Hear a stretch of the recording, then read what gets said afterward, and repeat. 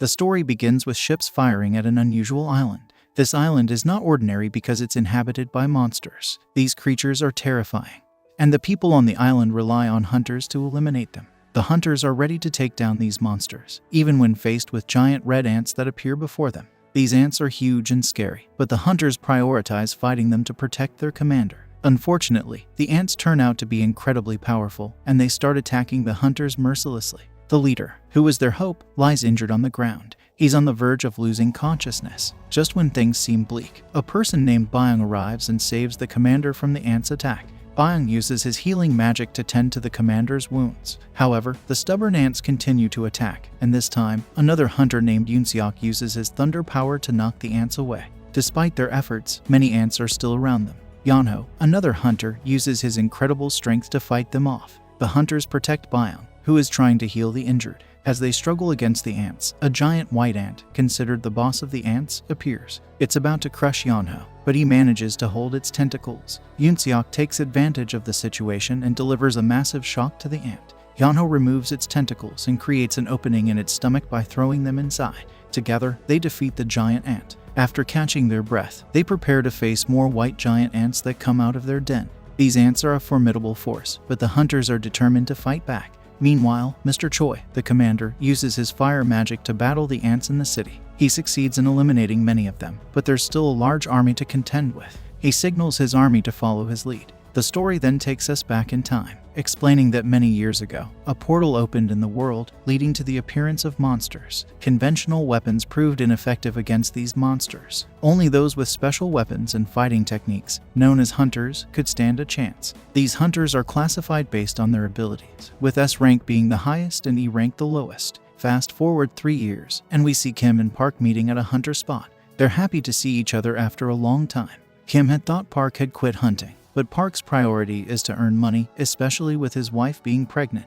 Jinwoo arrives, and it's evident that he's a high-rank hunter based on the respect he receives from those around him. However, Kim clarifies that Jinwoo is the weakest among them, and there's no hope of his promotion. Park teases him, and Kim urges Park to be discreet because they don't want to hurt Jinwoo's feelings.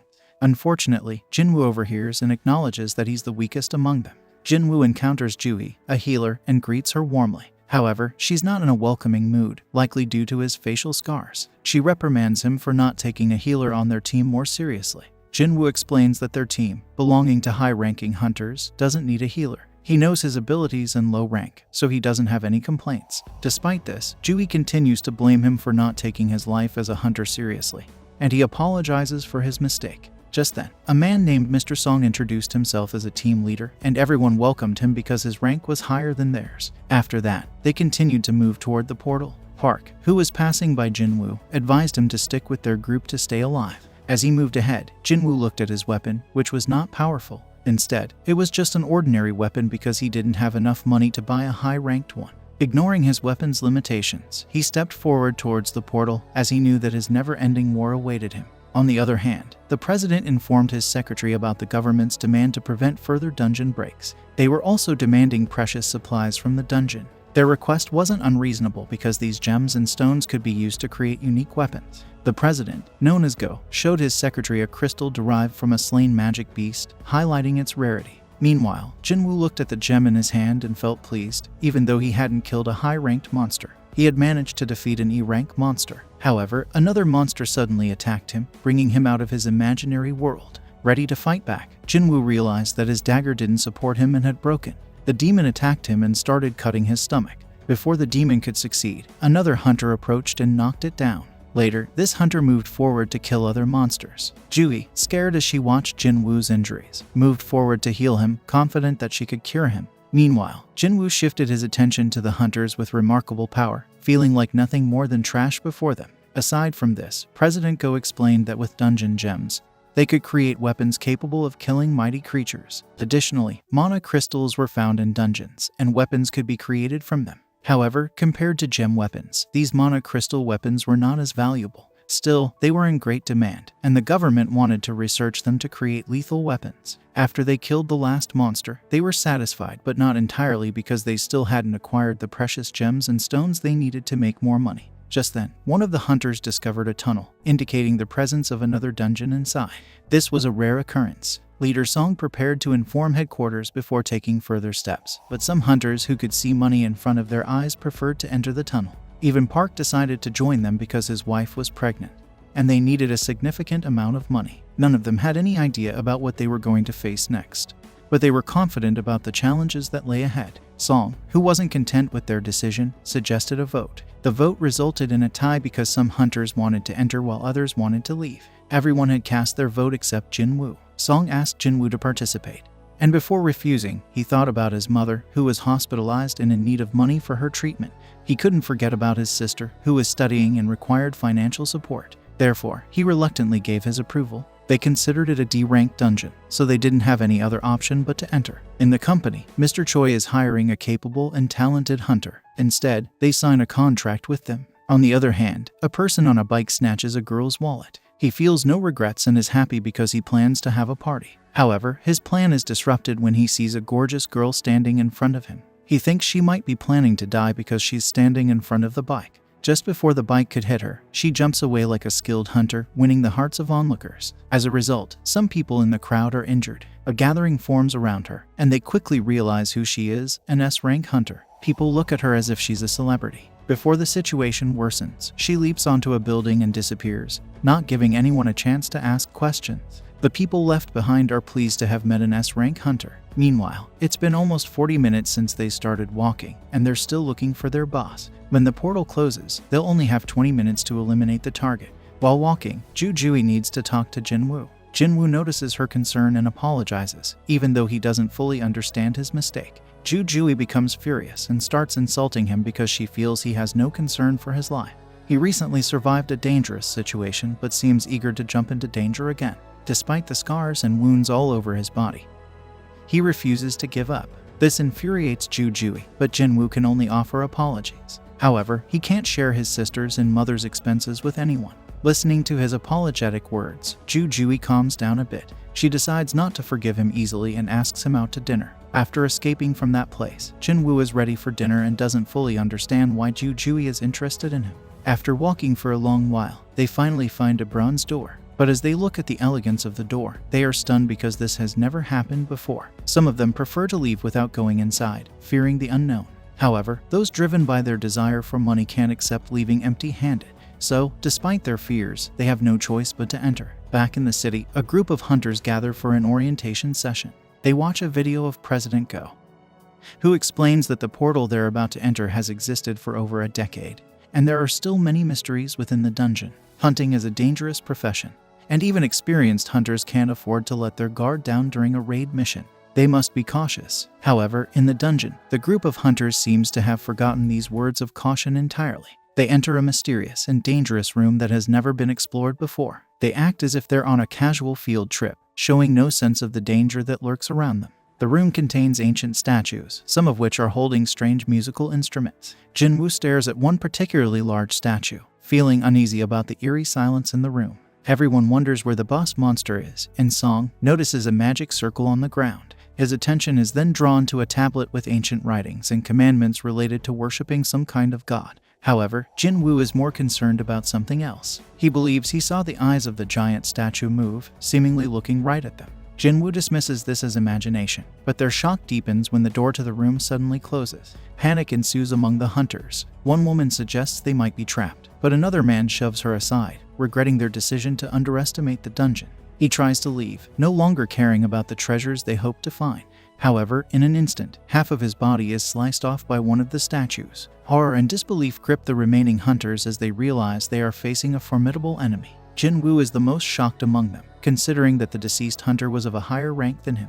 He knows he stands no chance against the statues, and the situation makes no sense to him. This dungeon is only supposed to be a D rank, but the statues are anything but ordinary. As chaos unfolds, Jinwoo has a terrifying realization. If one statue can move, then perhaps the others can too. He locks eyes with the giant statue, which seems to return his gaze. His mind races as he contemplates the dire situation they are in. Reflecting on Jinwoo's history, it becomes clear that he has faced numerous life and death situations before. From being separated from his team in his first mission to suffering injuries and hospitalization and encounters with magic beasts, every dungeon expedition is a perilous endeavor for him. Unlike other hunters who acquire gems and invest in better weapons, Jinwoo has only a modest knife and tattered clothes. He endures constant ridicule, relying on keen observation to find ways to survive.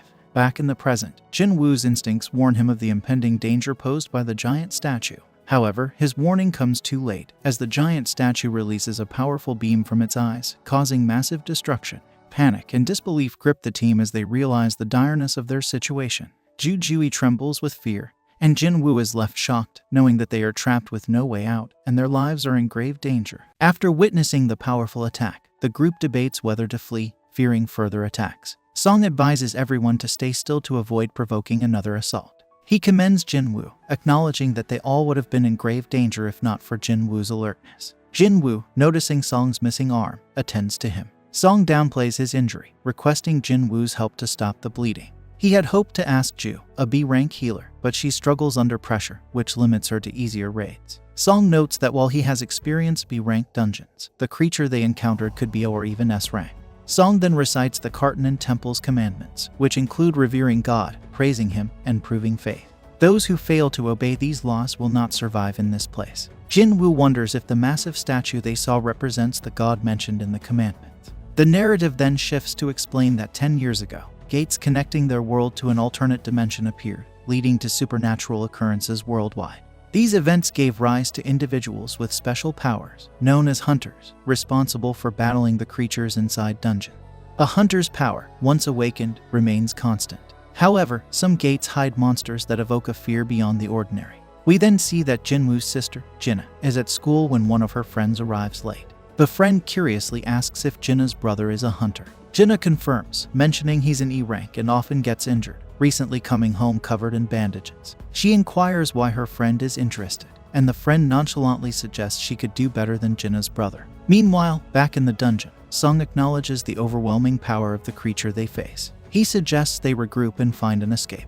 Another person trapped in the dungeon, not wanting to die after just securing a contract with a major guild, believes he can escape by running at full speed, confident in his swiftness. However, as he attempts to flee, the statue instantly incinerates him. Song realizes they are at the mercy of this powerful entity, and Jinwoo ponders why it hasn't killed them all yet. Recalling the commandments, Jinwoo asks Song to repeat the first one. Song replies that it's to revere God. Jinwoo theorizes that the dungeon operates under its own set of rules. He tries standing up, causing the statue's eyes to glow ominously. Quickly sitting back down, the statue returns to its normal state.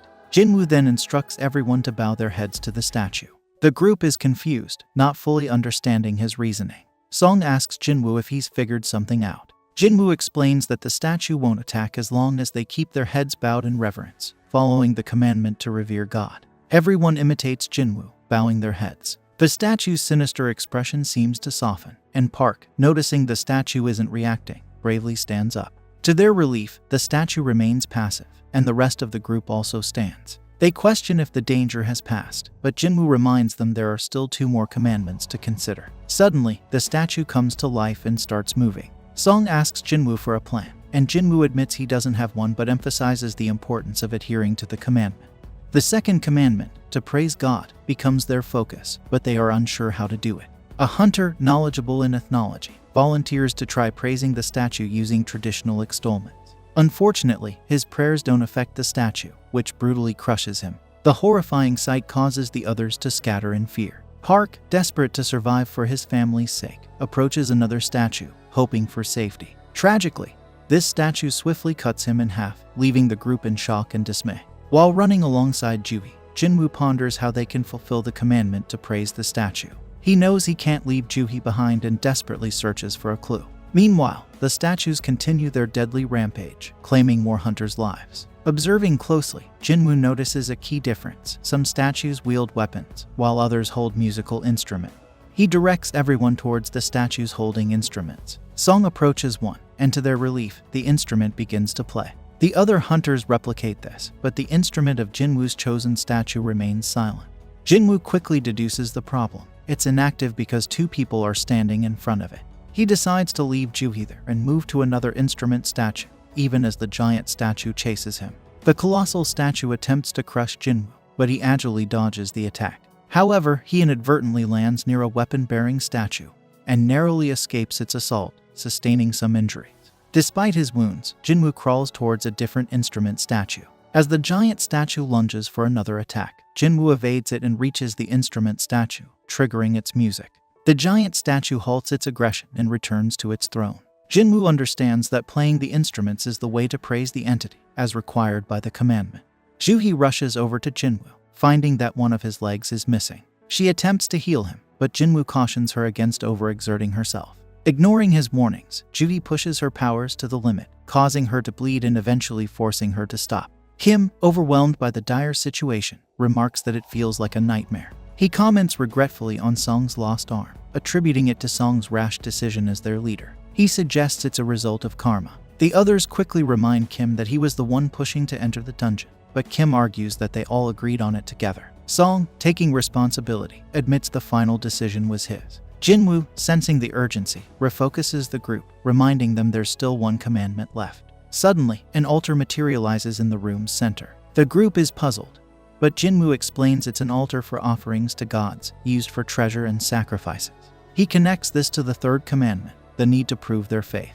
Kim suggests a sacrifice is necessary, and, pointing his sword at Song, implies Song should take responsibility for his actions. Song, accepting his fate, approaches the altar, ready to sacrifice himself. Jinwoo internally debates this, believing the situation isn't solely Song's fault since they had voted on their action. As Song nears the altar, a flame ignites beside it, causing confusion among the group. Song looks to Jinwoo, unsure if further action is needed. Jinwoo, deep in thought, requests 2 hunters to escort him to the altar for a closer examination. The group is concerned about potential attacks, but Jinwoo reassures them. Approaching the altar, 3 more flames appear. Song asks Jinwoo if he has figured anything out, but Jinwoo admits he hasn't. He questions whether waiting would lead to rescue, but Song pessimistically notes that the gate has been open for a week, and the statues might reactivate before help arrives. Jinwoo reflects on the dungeon dynamics, realizing that a gate fully opens in 7 days, leading to a dungeon break. This event allows monsters to cross into their world. The main goal of raids is to defeat the dungeon boss and close the gate in time. Failure to do so in their current predicament would mean the monstrous entity could invade their world. In the hospital, Jia is visiting her mother, who is unconscious in her bed. Jia chats away happily to her unresponsive mother, sharing stories about her day. Meanwhile, in a mysterious dungeon, Jinwoo gathers everyone around an altar. He suspects that for each person present, a flame will light up, possibly leading to something happening. As everyone gathers close, individual flames light up, and then blue flames appear, signaling the opening of the room's door. The once still statues begin to ominously move towards the altar, causing confusion among the group.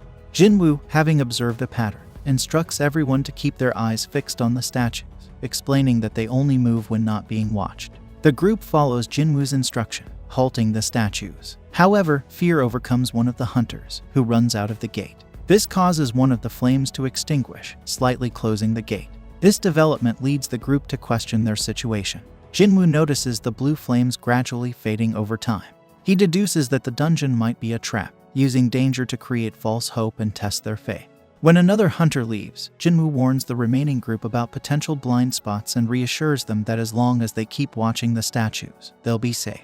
He believes that the blue flames act as a timer, and their extinguishing will signal their escape. Kim, acknowledging Jinwoo's crucial role in their survival, feels torn between staying and returning to his family. He decides to leave, hopeful for a reunion with his loved ones. Jinwoo, despite the dwindling numbers, remains determined to find a way out. Song then urges Jinwoo and Juhee to escape, saying the door will remain open as long as someone stays behind. As Juhee attempts to help Jinwoo leave, she collapses, likely due to overexertion from her earlier healing attempts. Jinwoo, now faced with a difficult decision, contemplates their next move in the perilous dungeon. In the dire situation, Jinwoo urges Song to escape with Juhee, insisting he's the only one who can carry her out safely. Despite Juhee's reluctance, Jinwoo reassures her by promising a meal out and gives her an essence stone to buy dinner, playfully saying he'll ask for the change later. Juhee protests, but Song quickly knocks her out, facilitating their escape. Left alone, Jinwoo reflects on his fate, regretting not having better insurance and vowing to take down at least one enemy with him. However, his efforts to fight back are futile against the overpowering statues, which soon dismember and beat him mercilessly. Amidst the pain, Jinwoo thinks about his desire to be stronger and his limited success. He recalls Kim's words and understands Kim's need to return to his family, acknowledging that often the most selfish are the ones who benefit. Jinwoo, too, realizes he doesn't want to die. In the critical moment, as the statues prepare for a final blow, time runs out, and they halt. Suddenly, Jinwoo sees a notification about a quest, offering him the chance to become a player. The message warns of imminent death if he declines. With only a fraction of a second to decide, Jinwoo chooses to accept, embracing this unexpected opportunity for survival. We then see that the screen says that he have become a player, and son Jinwoo wakes up in a hospital, surprised to see his previously severed limbs perfectly attached, with no signs of the fatal chest wound he remembers. Confused, he wonders if it was all a dream. But then two members of the Hunter Association's surveillance team, Woo Jinchul and Kang Tae-shik, visit him. They inform Jinwoo that he has been unconscious for 3 days. He's relieved to hear that his fellow hunters, Joo-hee and Song Cheol, survived the incident, though Cheol lost an arm and might retire, and Joo-hee is undergoing psychiatric treatment, uncertain if she'll continue hunting. Jinchul reveals that only 6 survived the double dungeon incident, a rarity with such tragic outcomes. By the time the White Tiger Guild investigated, based on survivors' alerts, all they found was Jinwoo alone, with no evidence of the described temple and statues. This baffles Jinwoo, but Jinchul confirms the survivors' accounts align, avoiding suspicion on them. Jinchul then speculates Jinwoo might have experienced a second awakening, a rare phenomenon allowing hunters to surpass their initial power, possibly reaching ORS rank. To test this, Jinwoo is asked to use a manometer. If his survival against supposedly deadly magical beasts was true, it might indicate a significant power, implying an ORS rank's involvement. However, Jinwoo's mana score is only 10, far below expectations, deflating his hopes of a second awakening. Apologizing for their mistake, Jinchul and Tae-shik leave, puzzled over how Jinwoo survived, labeling him nearly as weak as a civilian. Son Jinwoo feels disappointed that the Hunter Association representatives didn't inquire about the mysterious pop-up window only he seems to see, questioning if he's the only one who can perceive it. Realizing it doesn't respond to touch, he recalls encountering something similar before. His sister, Jinna, visits, scolding him for his recklessness and threatening to quit school to work if such an incident recurs. Jinwoo, feeling guilty for nearly leaving his sister behind, tests if Jinna can see the pop-up by asking her about notification reading in games. Following her clueless response, Jinwoo commands Aloud to open the message box, which surprisingly works, revealing messages addressing him as a player. As Jinna leaves with her friend Seong, Jinwoo explores more pop-ups, learning the system aims to aid a player's development, warning of penalties for non-compliance. He discovers a daily strength training quest with physical exercise, puzzled by the unrealistic expectations while hospitalized. Meanwhile, Jinchul reports to Chairman Gunhee that Jinwoo hasn't undergone a second awakening. Relieved yet puzzled by the incident's oddities and lack of a dungeon break, Gunhee instructs marking this as a special case for further investigation. Jeonggan asks Hyein if she could join the upcoming B-rank raid as a guide. He tells her the raid is both a test and hands-on training for newcomers. Hyein isn't sure she's cut out to be a guide. Jeonggan assures her that simply by fighting as she always does, she'll set a great example for everyone. He reminds her that their Hunters Guild is among the top 5 in the city, yet it doesn't stand out on a global scale. While they can't boost their ranks individually, they can still improve as a team to be prepared for future challenges. Suddenly, a gate appears in the middle of a road, causing trouble for the city's residents, who hope the hunters will deal with it soon. Meanwhile, in the hospital, Jinwoo's time for his daily quest expires, triggering an earthquake in his room. He falls from his bed to find himself in a desert, realizing he's been transported as a penalty for not completing his quest. He must survive here for 4 hours. Back in the hospital, a nurse checks on Jinwoo, only to find his room empty. As Jinwoo flees from a giant centipede, he wonders how many there are. With 2 hours still to go, nurses search the hospital for him. He narrowly escapes being eaten by one of the centipedes when his time runs out, and he's transported back to the hospital, where he collapses from exhaustion. The nurses eventually find him back in his room.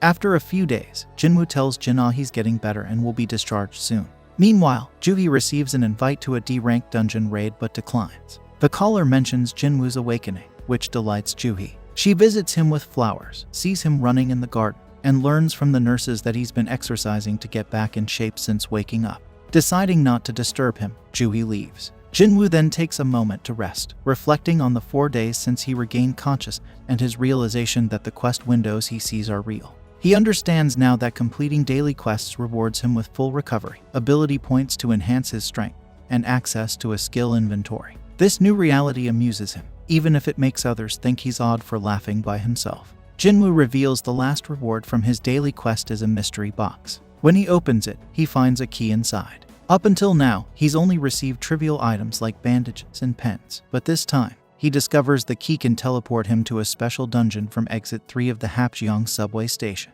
Curious, Jinwoo wonders about this instance dungeon and guesses it's an opportunity for him to get stronger. Meanwhile, a news report talks about the gates that have appeared in various cities, warning of possible traffic jams in those areas. The story then shifts to Jinwoo visiting his ill mother, recalling that her illness began 4 years ago when she suddenly fell into a coma. The doctors diagnosed her with eternal sleep disease, a condition that emerged alongside the gates, affecting 1 in tens of thousands. They suggested it might be linked to mana exposure, with life support being the only aid modern medicine could offer. This situation led Jinwoo to take up work at a construction site until he awakened as a hunter. Excited by his new abilities, he shared with his sister their newfound hope for affording their mother's medical expenses.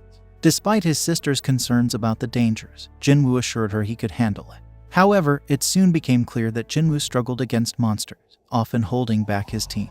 After completing another round of daily quests, he decides to invest his ability points into increasing his strength yet again. Jinwoo heads to Hapjeong Station, believing he can escape if the situation gets too risky. Upon using a special key, a gate to another dimension appears, and he steps through it, the entrance ceiling shut behind him. Inside, he realizes he's in an instance dungeon, distinct from the normal ones he's familiar with, where the only escape options are defeating the dungeon boss or using a teleportation stone. Worried about his ability to confront a dungeon boss given his past difficulties with even low-level monsters, Jinwoo has no choice but to proceed. Inside the dungeon, he encounters 3 goblins. Initially, he can only dodge their attacks, but frustration fuels his determination, allowing him to defeat them one by one, boosting his confidence. However, his triumph is short-lived as a steel fang lichen attacks, easily breaking his blade. The lichen's strength overwhelms Jinwoo, leaving him paralyzed with fear and unable to move, a stark reminder of his vulnerabilities without a healer by his side. As the lichen launches another attack, Jinwoo faces the harsh reality of his situation. As the wolf-like creature, the lichen, charges at Jinwoo, he quickly uses his newfound agility to dodge its attacks. He notices that his body feels lighter than usual, and despite the fear, he decides not to give up this second chance at life. In a daring move, Jinwoo rushes towards the lichen, landing a powerful punch that sends it flying. Surprisingly, steam rises from the impact, making Jinwoo realize that he has gained strength. However, he acknowledges that the lichen is still much stronger than him. When the lichen charges again, Jinwoo attempts to counter with punches, but they prove ineffective. Forced to dodge, he understands that defeating the lichen will require some help. Lacking a party, Jinwoo decides to use his resources wisely. He runs, but the lichen claws at his shin, prompting him to create distance. Faced with the realization that he can't keep dodging forever, he wishes for a magical weapon. Recalling his secret inventory, he retrieves a magic sword. As the lichen lunges once more, Jinwoo skillfully slices it in 2, receiving a level-up notification. Confused about how the expensive sword ended up in his inventory, Jinwoo chooses not to dwell on it. His wounds heal, and despite the appearance of 2 more steel fang lichens, Jinwoo remains confident with his newfound weapon. Attempting to lift the sword from the ground, Jinwoo realizes it won't budge. Panic sets in as the lichens approach, and he desperately pleads for the sword's cooperation. On the final attempt, the sword dislodges just in time. As the lichens close in, Jinwoo swings the sword, defeating one and skillfully kicking the other to prevent damage to his valuable weapon. Unfazed by the appearance of another lichen, Jinwoo confidently faces it, knowing that these creatures are nothing compared to the challenges he faced in the secret room. The magic sword, now a powerful ally, gives him a newfound sense of assurance as he prepares for whatever challenges lie ahead.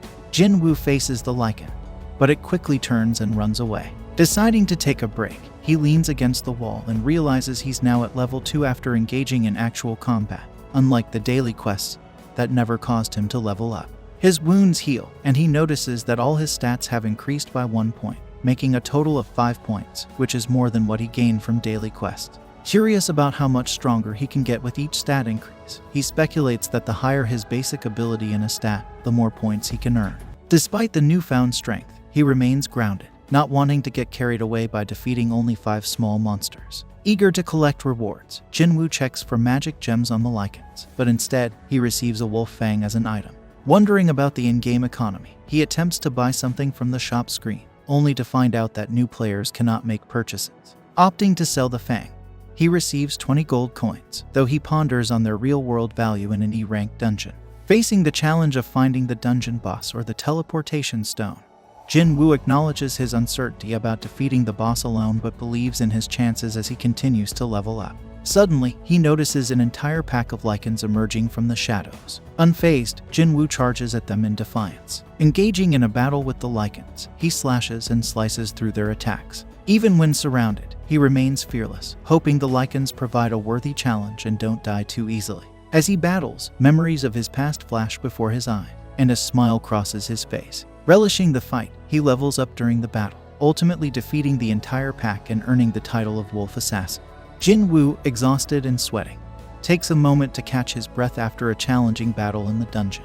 He notices that his sword is nearly broken and reflects on the expendable nature of his weapons. Examining his inventory, he finds items obtained from the battle and those remaining from his previous adventures. Surprisingly, he discovers the teleportation stone, a valuable item, and contemplates leaving the dungeon. However, the desire to become stronger pulls him back, and he wonders if the dungeon will disappear like a time-limited event if he exits. Feeling toyed with by an unknown force, he stores the teleportation stone in his inventory and resolves to go deeper into the dungeon. Meanwhile, Juhai receives a call from the Hunter Association requesting her assistance in a nearby dungeon that has experienced a break. Despite apologizing for her earlier actions, she agrees to help due to the shortage of healers. As Jinwoo progresses deeper, he faces new creatures, defeating them and leveling up in the process. He takes note of the color of their names, indicating their relative strength. Initially facing a red named lichen, he now encounters white named ones, showcasing his growing power. Reaching a flight of stairs, Jinwoo hesitates, realizing he can't defeat the monster waiting at the end. Examining his stats, he notices his level hasn't increased recently, and his sword is on the verge of breaking. Despite the challenges, he descends the stairs and finds the environment has changed. The peaceful train station ambience is replaced by a rushing sound, and a powerful monster, a water snake, appears. Jinwoo recognizes that they are at the same level. Attempting to engage the snake with his sword, he realizes it's ineffective against the snake's scales. The snake attacks swiftly, forcing Jinwoo to dodge and strategize. Despite his efforts, the snake knocks him into the water, presenting a new challenge. Jinwoo manages to escape the water, but the relentless snake continues its assault. The battle intensifies as the snake's attacks become faster and more aggressive. As Jinwoo struggles to fend off the snake, he faces a moment of vulnerability. The snake smacks him with its tail, sending him flying. Jinwoo, feeling powerless against the formidable opponent, recalls the words of Gunhee, who encouraged him to work hard and change the perception that labeled him the weakest hunter. In a desperate attempt, Jinwoo grabs his broken sword, questioning how much stronger he must become to overcome constant challenges and ridicule. The snake relentlessly attacks, pinning him against the wall and crushing him, creating a tense and precarious situation. Jinwoo felt the weight of a hurtful nickname, the weakest hunter. Being weak in a world where strength is valued made people look down on him, even if he was smart. Realizing that overwhelming power often overcomes the weak, Jinwoo decided he didn't want to be considered gentle anymore. He wanted strength. That's why he entered the dungeon. With determination, Jinwoo faced a monstrous water snake in battle. Channeling an inner strength, he leaped at the snake like a possessed force, attempting to climb its massive body. The snake, however, knocked him away. Undeterred, Jinwoo stood up, vowing not to give up until he became stronger, a determination that manifested in a blue aura surrounding him. Blocking the snake's attacks, Jinwoo wore down its tough scales. Feeling like he needed to give more, he put in extra effort. Compared to facing a powerful being he considered akin to God, the snake seemed insignificant. Taking advantage of an opening, Jinwoo jumped into the air, driving his sword into a vulnerable spot in the snake's scale. The battle continued with Jinwoo slicing the snake's side to further weaken its scales. In a daring move, the snake opened its mouth wide, swallowing Jinwoo whole. His sword flew into the air, but Jinwoo clung to it. Using his strength, he crushed the snake's scale from the inside, causing harm to the creature. Despite the snake's attempts to dislodge him, Jinwoo held on tightly. With unwavering determination, he pressed down on the snake's neck with all his power until he emerged victorious. The battle resulted in Jinwoo leveling up, a moment that brought a smile to his face. It was a tangible sign of his growing strength. As a reward for his triumph, Jinwoo obtained a powerful dagger, twice as strong as his previous sword, equipped with paralysis and bleeding effects. Additionally, he acquired a vial containing the snake's venom, which he considered overpowered in its effects. A notification signaled the dungeon's reset after the boss's defeat, returning the station to its normal state. Jinwoo steps out into an empty area, curious about the time. A soldier approaches, asking why he's there and if he missed the announcement. Seeing Jinwoo's sword, the soldier recognizes him as a hunter and apologizes, offering to take him to the dungeon break site. The soldier explains the dungeon break situation, mentioning that most monsters have been defeated, except for a giant magic beast, the dungeon boss. Despite the distance, Jinwoo can sense the boss's magical aura. The massive magic golem is engaged in battle with hunters, while the police keep citizens behind barricades. Upon reaching the site, Jinwoo observes the lack of teamwork among the present hunters. Most are low-ranked, and the battles only prolonged due to a higher-ranked tank. Looking at the healers, he notes 2 in D rank and 1 in B rank. The B rank healer, Juhee, is not helping as she's dazed and still shaken from her encounter with God. Attempting a healing circle, she loses concentration, breaking the circle. Jinwoo empathizes with Juhee but is no longer scared, considering they face a D rank monster, lower than the one he recently defeated. Ready to act, he rolls up his sleeves, preparing to jump into action. The hunters struggle, hoping for a higher-ranked comrade. Knowing he can defeat the monster by breaking its defense, Jinwoo decides to strike with his most powerful hit. Throwing his sword with tremendous force, he shatters the golem's defense. The hunters capitalize on the opportunity, successfully defeating the golem.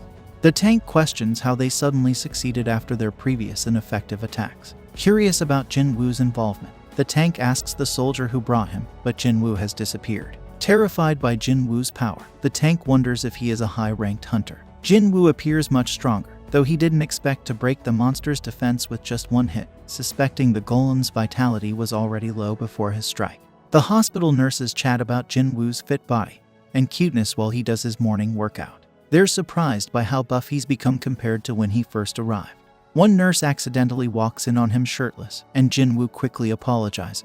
She notices his muscles and wonders if he always had such a good physique. After snapping back to reality, the nurse informs Jinwoo that it's his discharge day. Checking if he's comfortable, Jinwoo assures her of his full recovery. She instructs him to complete discharge procedures at the counter when ready.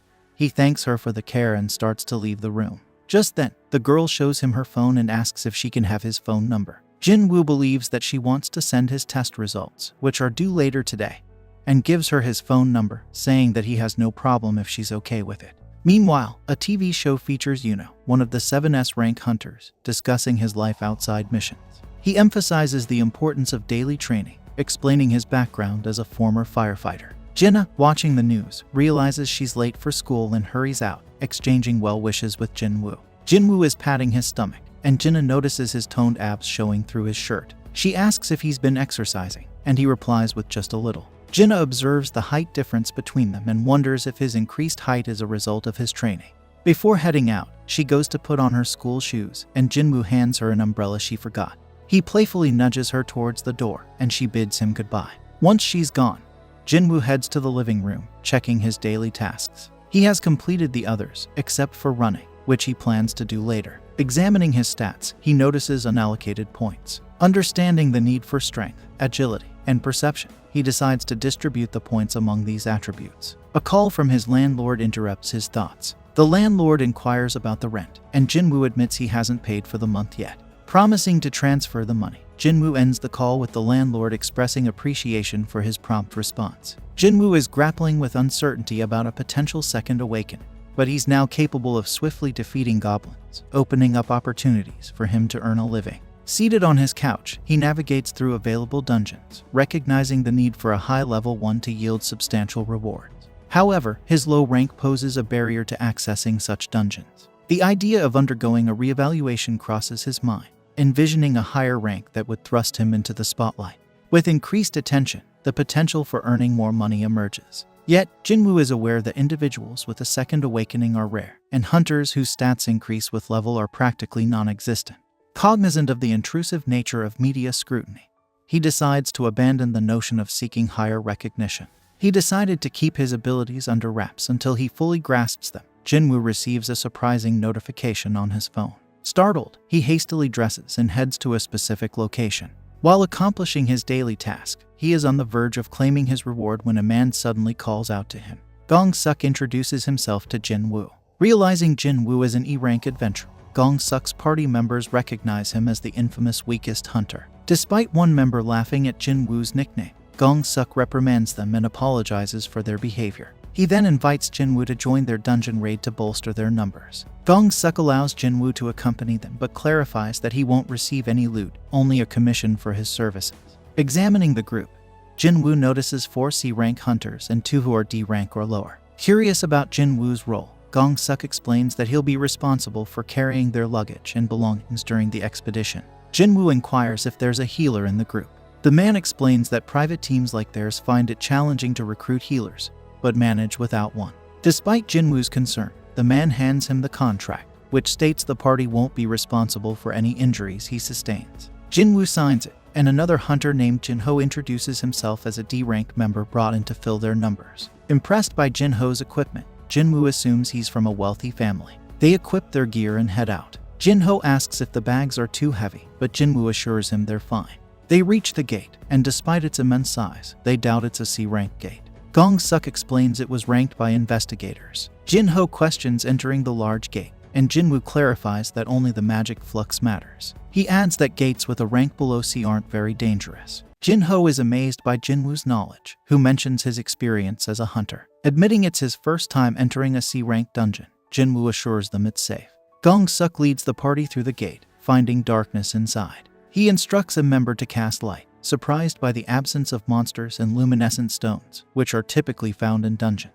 Jinwoo recalls entering another completely dark dungeon in his memory. Jinho, curious, asks Jinwoo about luminescent stones, and he explains they are glowing rocks often found in cave-like dungeons, emitting light from the floor or roof. Jinho, still bewildered by the abundance of gems and stones associated with dungeons, receives assurance from Jinwoo that he will become accustomed to it. As they venture deeper into the cave, Jinho remains surprised by the absence of any visible threats. Wondering if dungeons can exist without monsters, he questions Jinwoo, who instructs him to keep quiet. Jinwoo, using his acute hearing, detects hidden monsters choosing to remain concealed. Dong-suk prepares the party for an imminent battle. Jinwoo is astonished to find that the monsters move together, rushing towards any light source. He identifies them as insect-type magic beasts, and the party, not thrilled about facing insects, examines the holes, anticipating the insect attacks. Unease spreads as the insect sounds draw nearer. Jinwoo listens carefully, pinpointing the insects in a hole above the party. Dong-suk decides to attract the insects with his taunt skill, while others attack from behind.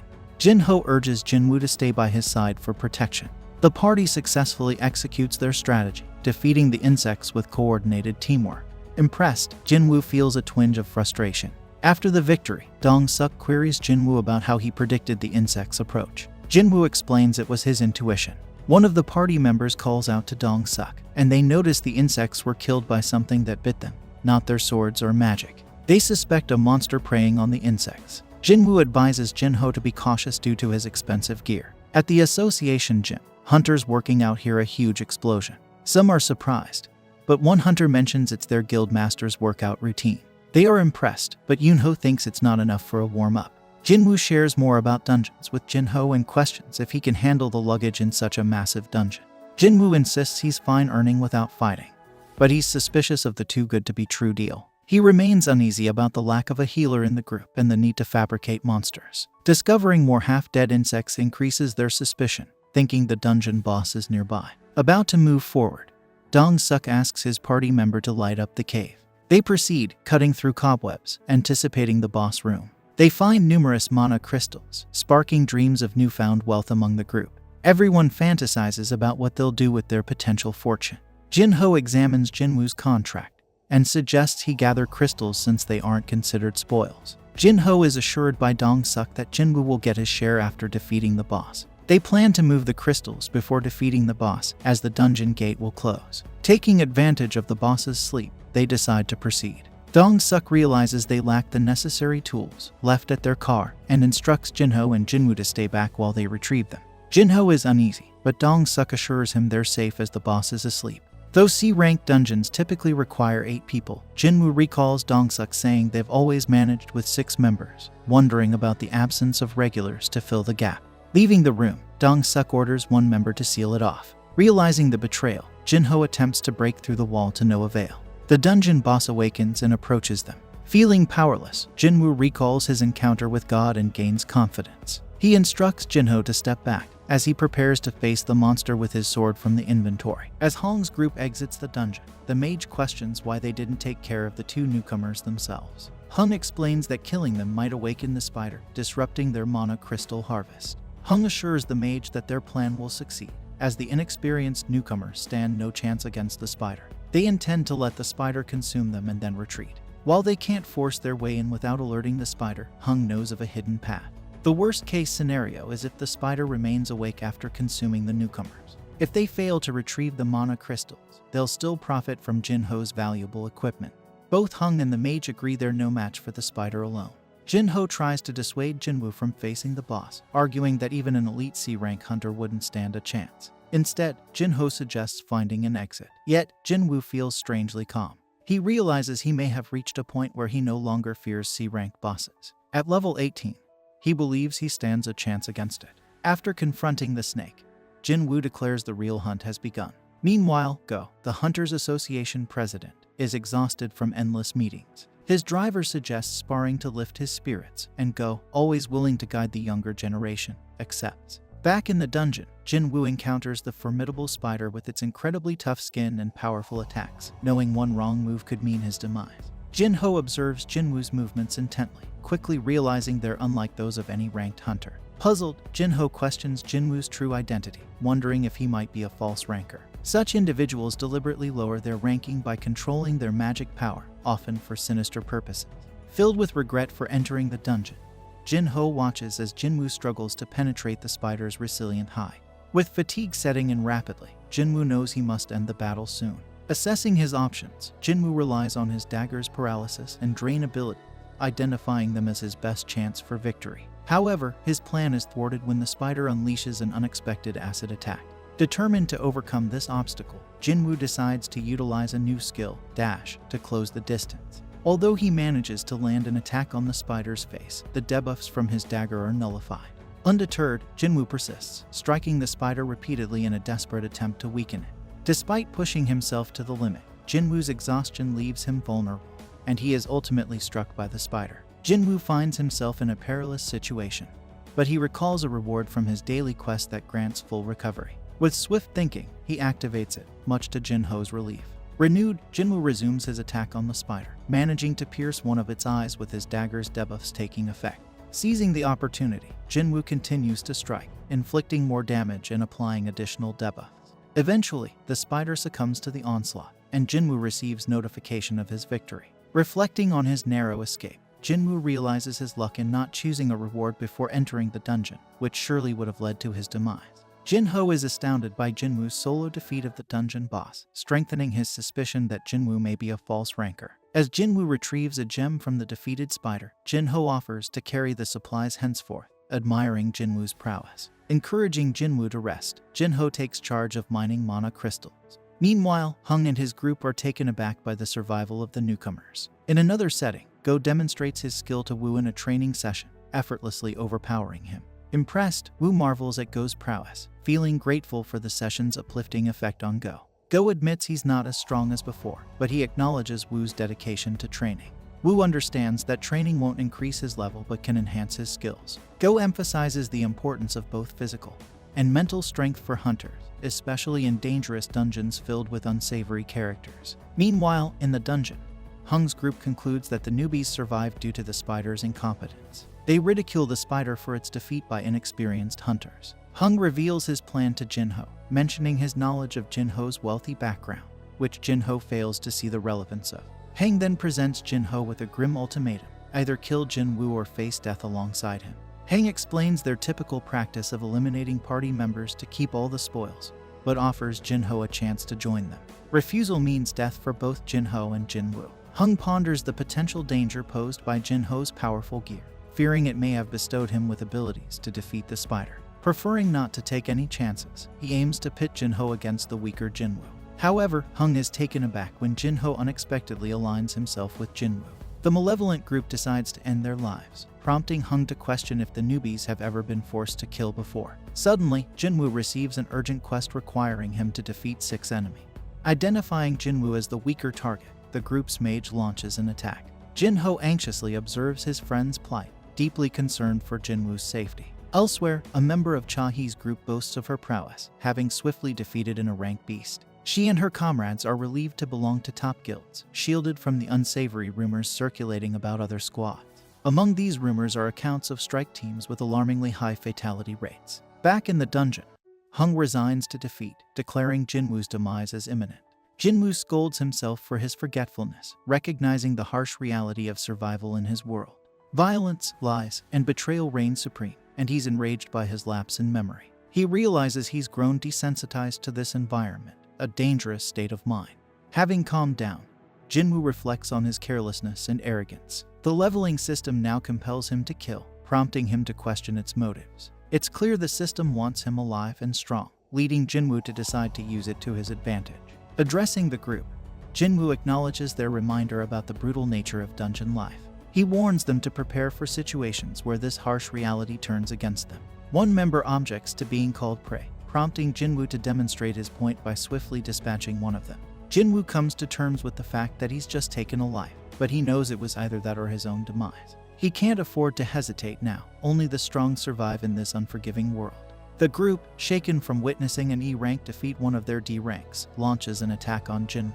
However, their efforts are futile as Jinwoo swiftly turns the table, eliminating them one by one. His debuffs prove effective, claiming the lives of two more adversaries. The archer falls victim to his relentless assault, followed shortly by the mage. With just one opponent remaining, Jinwoo's newfound strength leaves Jinho astonished. Hong realizes Jinwoo had been concealing his true power, but warns him of the difference between them and other C ranks. Undeterred, Hong fortifies his defense, confident in his ability to withstand Jinwoo's attacks with his steel-like body. As Hong initiates his assault, Jinwoo surprises him with his remarkable speed, catching him off guard. Jinwoo calmly recognizes Hong's strength, but delivers some unsettling news. With a swift and decisive move, Jinwoo overwhelms him, revealing his continuous growth. Hong realizes Jinwoo's true prowess and offers to double his payment. However, Jinwoo, recalling Hong's attempts on his life, dismisses his plea for mercy. Despite Hong's threats, Jinwoo reminds him of the dungeon's code of silence. In a final act, Hong attempts to intimidate Jinwoo, but Jinwoo swiftly puts an end to his life. With the dungeon boss defeated, Jinwoo's mission is accomplished, but the dungeon begins to collapse around them. Emerging as the sole survivors, they report their victory, raising suspicion due to their low ranks. However, attention shifts to Jinho's remarkable gear, diverting focus from Jinwoo's achievement. Jinwoo, astonished by his unexpected reward, discovers a new skill imbued with murderous intent. This skill instills fear and weakens adversaries. The naive official attributes Jinho's survival to his gear, assuming Jinwoo, ranked E, merely concealed himself. Jinho commends Jinwoo, but as rain begins to fall, he senses unease. Jinwoo, however, remains composed, grateful for ensuring his sister's comfort with an umbrella. Chief Woo gets a report about 6 hunters who died in a dungeon ranked C. He notices that the survivors are ranked D and E, which usually means they ran away from the dungeon, a common thing. However, his assistant tells him they didn't run away. Instead, they defeated the dungeon boss and got out. The assistant mentions that Jinho, one of the survivors, has fancy gear, which probably helped them succeed. Chief Woo tells his assistant to check things out further if he thinks something's not right. He also remembers Jinwoo as the second survivor and recalls him being the only one to survive in a similar situation before. The assistant adds that one of the survivors who died in the dungeon was Dongsuk, which worries Chief Woo because Dongsuk's brother also died in the dungeon. Meanwhile, Jinwoo comes home, surprising his sister with souvenirs, and she asks if something good happened. He says he's not sure if it was good, but he managed to save money for their mom's expenses and their needs. Jinha finds it odd since Jinwoo is usually careful with money. During dinner, Jinha asks about his last adventure, assuming his friends must be tough since he returned unhurt. This reminds him of Gongsuk and his team, leaving him speechless. Jinha asks Jinwoo if they beat the enemy, but Jinwoo's lost in thought, cracking open a beer. He reminisces about easily defeating Gongsuk and his crew despite their strength gap. Back then, he didn't hesitate or hate them. He wonders if he's become braver with power. His beer drips, unnoticed. Feeling sorry, Jinwoo realizes his foes were human, not beasts. Jinha snaps him back, worried he's sick. He fibs, saying he's thinking about store changes. Jinha warns him not to worry her, and to focus on the future. To protect his family, he vows to act differently if ambushed again. A warning about a harmful substance pops up, auto-detoxified. Jinwoo's done eating, leaving leftovers for Jinha, teasing her about overeating. In his room, Jinwoo takes a sip of beer, but but the system detoxifies it instantly, realizing he can't get drunk. Suddenly, he receives rewards from a side quest, granting him health and longevity. These rewards stem from the double dungeon, explaining his body's ability to clear toxins automatically. Many events have unfolded since then, and Jinwoo hadn't had time to check his rewards, leaving him uncertain about many things. Falling asleep, he's awakened by a knock on his door. Jinha informs him someone named Jinho is calling for him. Seeing the beer can, Jinha warns him about alcohol's toxicity, but he reassures her. Leaving his room, Jinwoo meets Jinho in a cafe. Jinho apologizes for the sudden call, expressing gratitude for Jinwoo saving his life.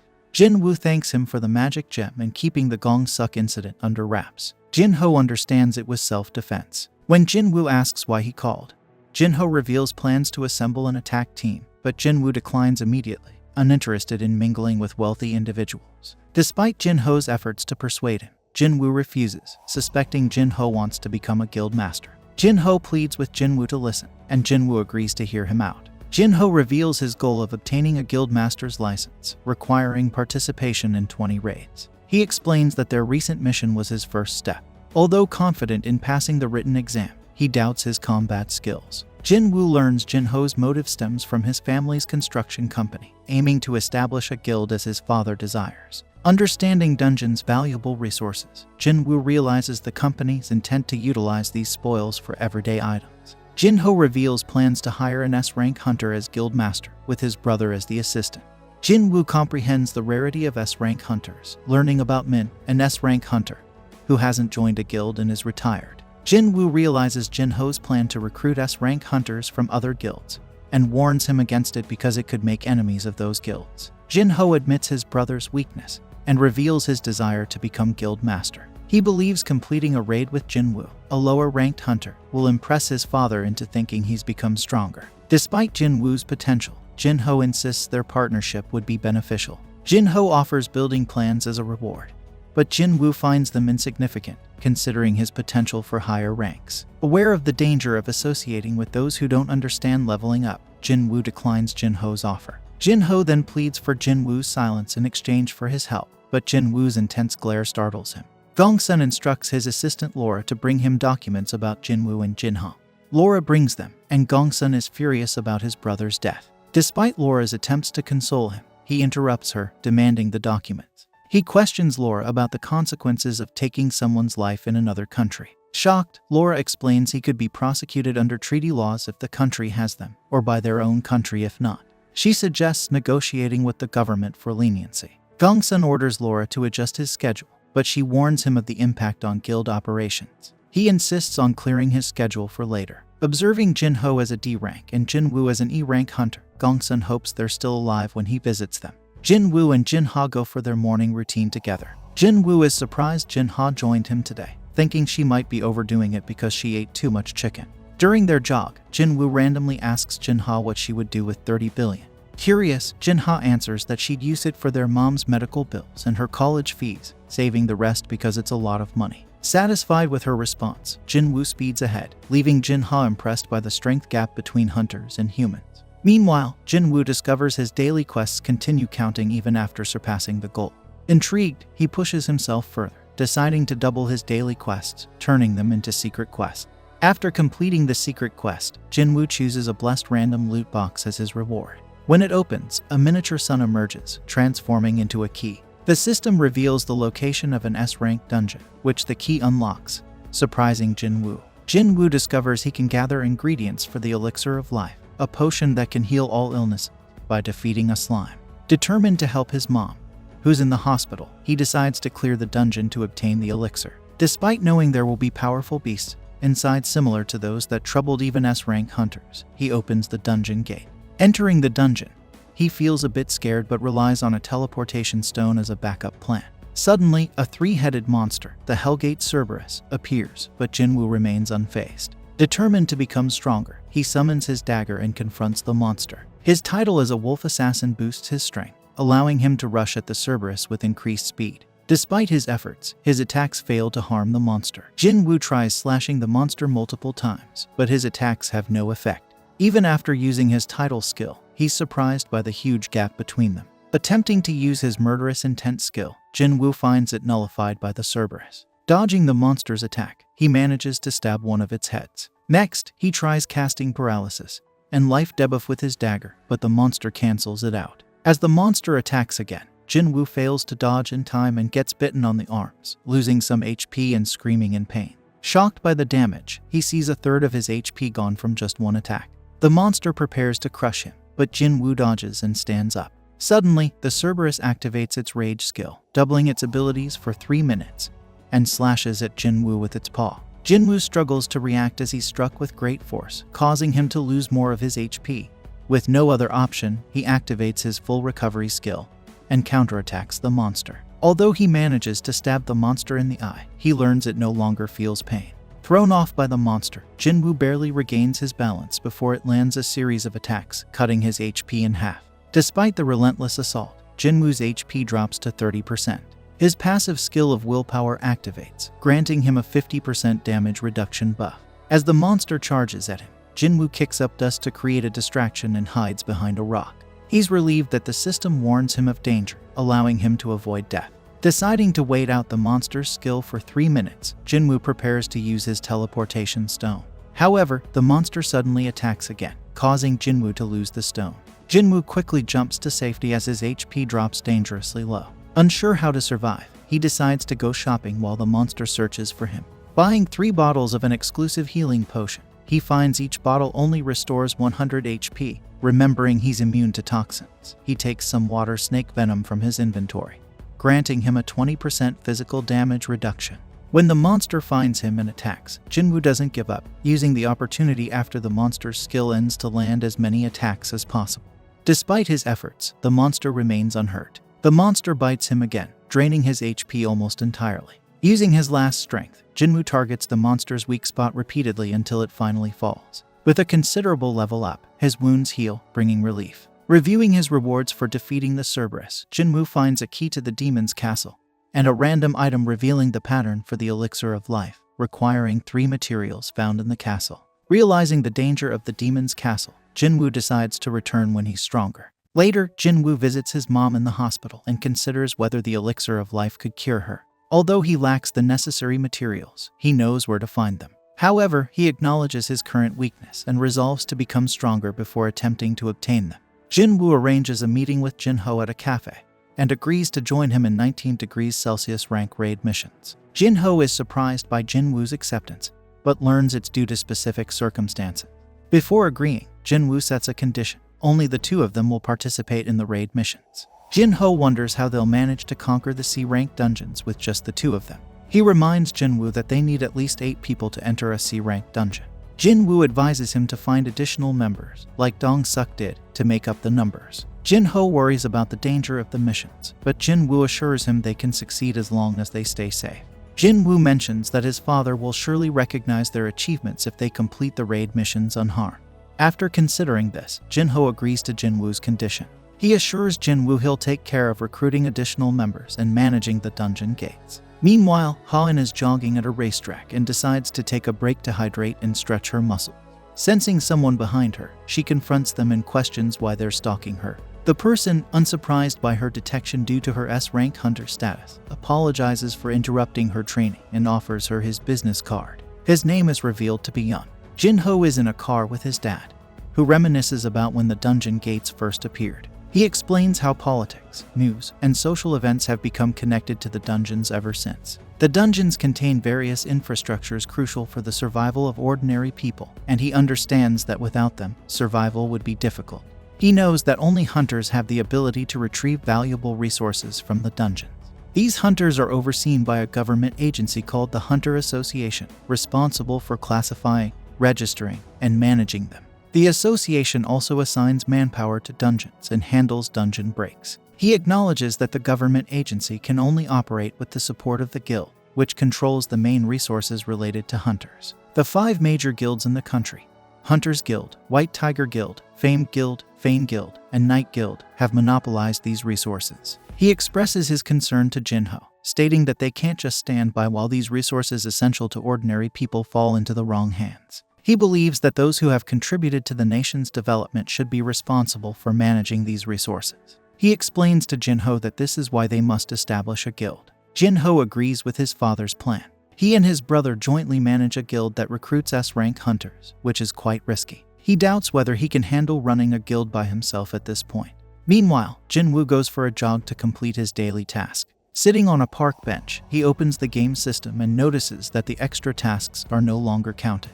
He wonders if he can still receive rewards like the previous secret quest, hoping for another item like the Demon Castle's key. However, he only receives a partly played bingo card from the random loot box. Though disappointed, he understands it's just chance and doesn't dwell on it. Leaving the park, Jinwoo walks through the city streets, reflecting on his status in the game system. Realizing he needs more ability points to become stronger, he decides to level up quickly.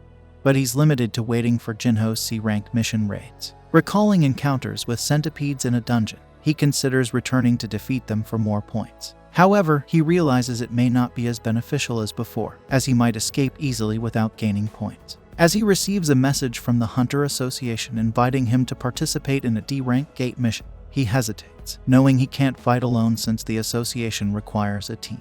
Ultimately, he accepts the mission, realizing it's better than doing nothing and that he can't afford to waste time. Meanwhile, some apprentices are training in a dojo. One of the apprentices admits to his master that he's still not strong enough to beat him. The master reassures him that it's normal not to win, but the apprentice still feels ashamed.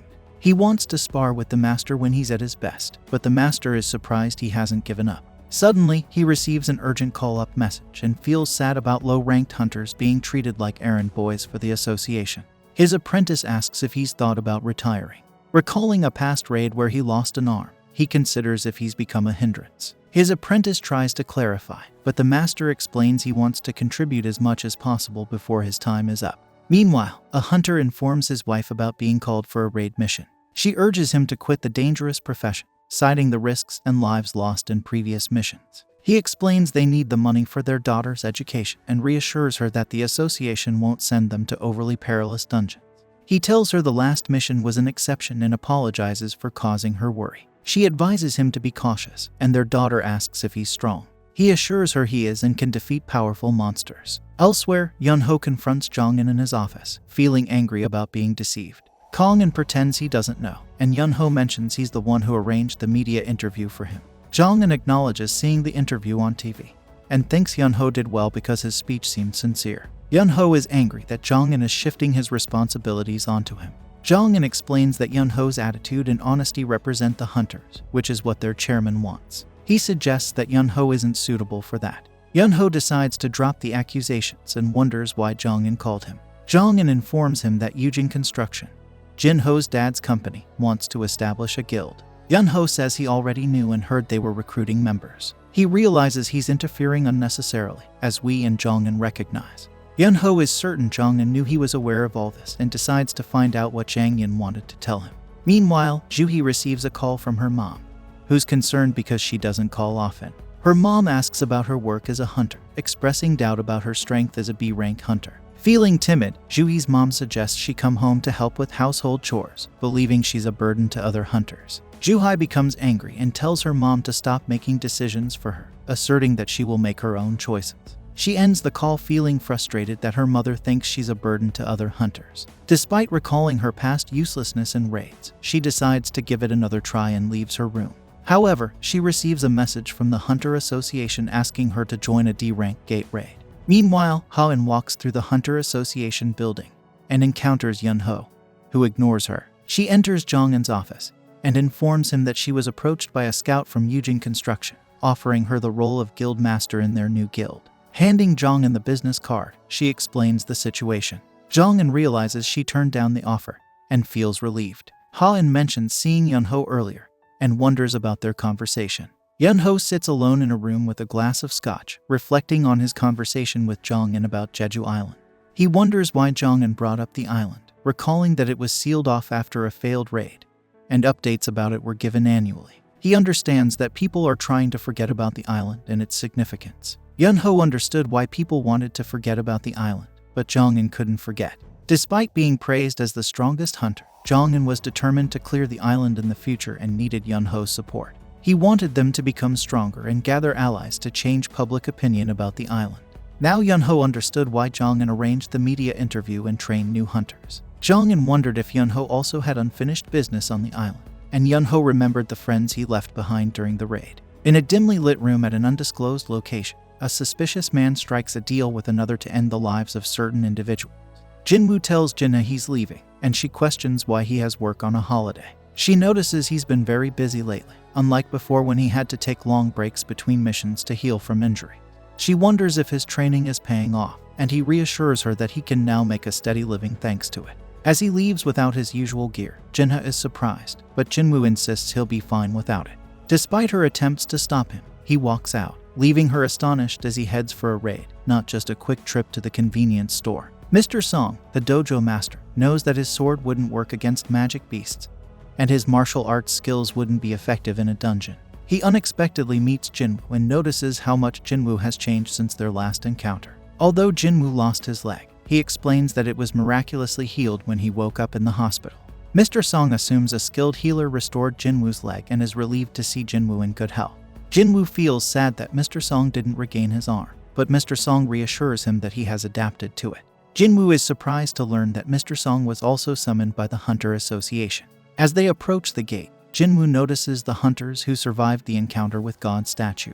They avoid eye contact with him out of shame for sacrificing him for their own safety. Mr. Song finds it suspicious that only survivors from that dungeon were called together. Juhee is amazed by how much Jinwoo has changed since they last met. Suddenly, a car arrives at the gate, and 3 prisoners step out. They flirt with Juhee, but an association hunter silences them. An association official explains that the prisoners are substitute hunters joining them for the mission to reduce their sentences.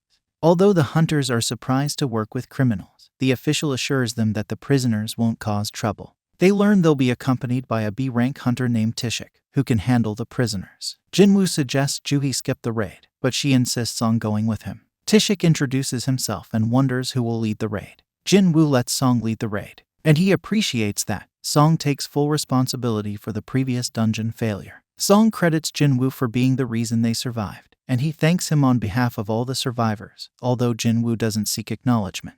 Kim agrees to Song leading, and Tishik stares at Jinwoo for some reason. Everyone gets ready to enter the gate, and Song officially starts the raid. This brings an end to our episode. Inside the dungeon, the prisoners are doing a good job defeating some goblins. Song wonders who the real enemies are and shows his own strength. The group of goblins is eventually defeated, and Song is impressed by how much stronger Jinwoo has become. Even Jahai notices that Jinwoo hasn't been hurt yet and hopes that nobody will need her to heal them. Song is still amazed, as Jinwoo's aura is different. Tishik has them move forward, but they find a split in the path. The dungeon has been easier than expected, so they decide to split up.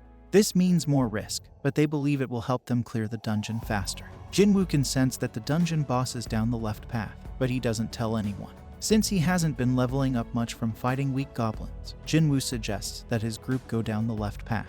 They split up, but Tishik oddly stares at Jinwoo. Kim's group member is the other coward, and Kim decides they must apologize to Jinwoo for leaving him on the first raid. They doubt he'll forgive them, but Kim believes they should try if they want to continue being hunters. Down the other path, the prisoners easily defeat another group of goblins. Tishik strangely asks if they will be able to do the same against humans, and they point out that it wouldn't make a difference. Looking into the past, Tishik was told about a man whose daughter was assaulted by 3 men. His daughter took her own life afterward, but the man was furious because the 3 men would be released from prison in a few years. To worsen the situation, they are hunters, and hunters are allowed to join raids to shorten their sentences. This is unfair because the man's daughter will never return home. The man offered Tishik 3 million yuan to eliminate the 3 prisoners. Tishik is completely mad as he now tells the prisoners what he will say to the inspectors when he leaves the dungeon without them. He will claim that the prisoners were killed by a group of 100 goblins. Kim continues down his path, but is shocked to find that it connects to Tishik's path, where he discovers Tishik massacring the prisoners. Tishik tells the prisoner that he was instructed to make them suffer, but he is interrupted by Kim. The ruthless Tishik kills the last prisoner, and decides he needs to change his plans as he heads towards Kim. Jinwoo remembers how Tishik saw him at the hospital and hopes he doesn't remember him. Suddenly, they hear screaming and rush to find the dead prisoners. Kang has also been killed, and Jinwoo is shocked to see Kim badly hurt. Jahai heals him, but Song can tell this wasn't the work of a magical creature. The weapon used was too sharp, and the attacker avoided finishing Kim off several times. Kim has given up hope, but Jinwoo reminds him he has a family. Jinwoo insists he stay alive, or else he can't blame him anymore. Kim apologizes to Jinwoo with his last breath and passes away. Then Tishik tries to attack Jahai, but Jinwoo stops him. Taeshik is impressed by Jinwoo's speed, and Song realizes Taeshik is responsible for the massacre. Song is shocked since Taeshik is part of the Hunters Association, but Taeshik just wants to share his plan. Instead of blaming the goblins, Taeshik will claim the prisoners killed the other hunters. He'll then say they tried to kill him, but failed, which is why he was the only survivor. Jinwoo tries to hold Song back, as he doesn't think he can take on Taeshik. Song decides to fight him anyway, but he knows Taeshik has a higher rank. Jahai boosts his strength, and Song tries to use his sword skills against Taeshik. Taeshik saw through his plan, and now Song Kai is in danger. Just then, Jinwoo finally steps in to stop the fight. Taeshik demands to know who he is, so Jinwoo explains he's just a low-ranked hunter. Taeshik doesn't believe him, as he would need incredible speed to stop the attack he used on Song Kai. Taeshik can tell Jinwoo is hiding his power, and thinks he had a second awakening. The others are shocked, and Taeshik now remembers Jinwoo from the hospital. The Mana reader only showed a power level of 10 at the time, so Taeshik thinks the second awakening must have happened afterward. This doesn't make sense, though, as it doesn't explain why Jinwoo survived the double dungeon. Taeshik decides it doesn't matter and prepares to eliminate Jinwoo. Jinwoo wants to know what happened just now, so Taeshik explains he was carrying out justice by killing the prisoners. Jinwoo doesn't care about them but wants to know why Taeshik killed Kim and Kajun. Jinwoo notices that Taeshik could have finished things quickly, but he didn't. Instead, Taeshik seemed to have tortured and played with them. Looking back to when Taeshik spoke with the father, Taeshik explains that he has received big offers to join the biggest guilds. However, he chooses to work for peanuts in the Hunters Association. He chose this path because he finds it more enjoyable to kill people than beasts. A fight breaks out between Taeshik and Jinwoo, and the two spectators are amazed by their incredible speed. Taeshik can see they have similar builds, but he believes he has more experience fighting higher-ranked opponents. Taeshik uses this experience to control the fight, but he's shocked when Jinwoo asks him to be less bloodthirsty.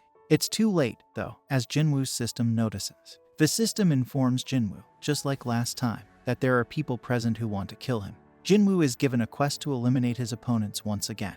Jinwoo is surrounded by a dark power, but Taeshik is confused since he thinks he should have the advantage. Jinwoo instantly attacks, and Taeshik is shocked when he realizes he's been poisoned.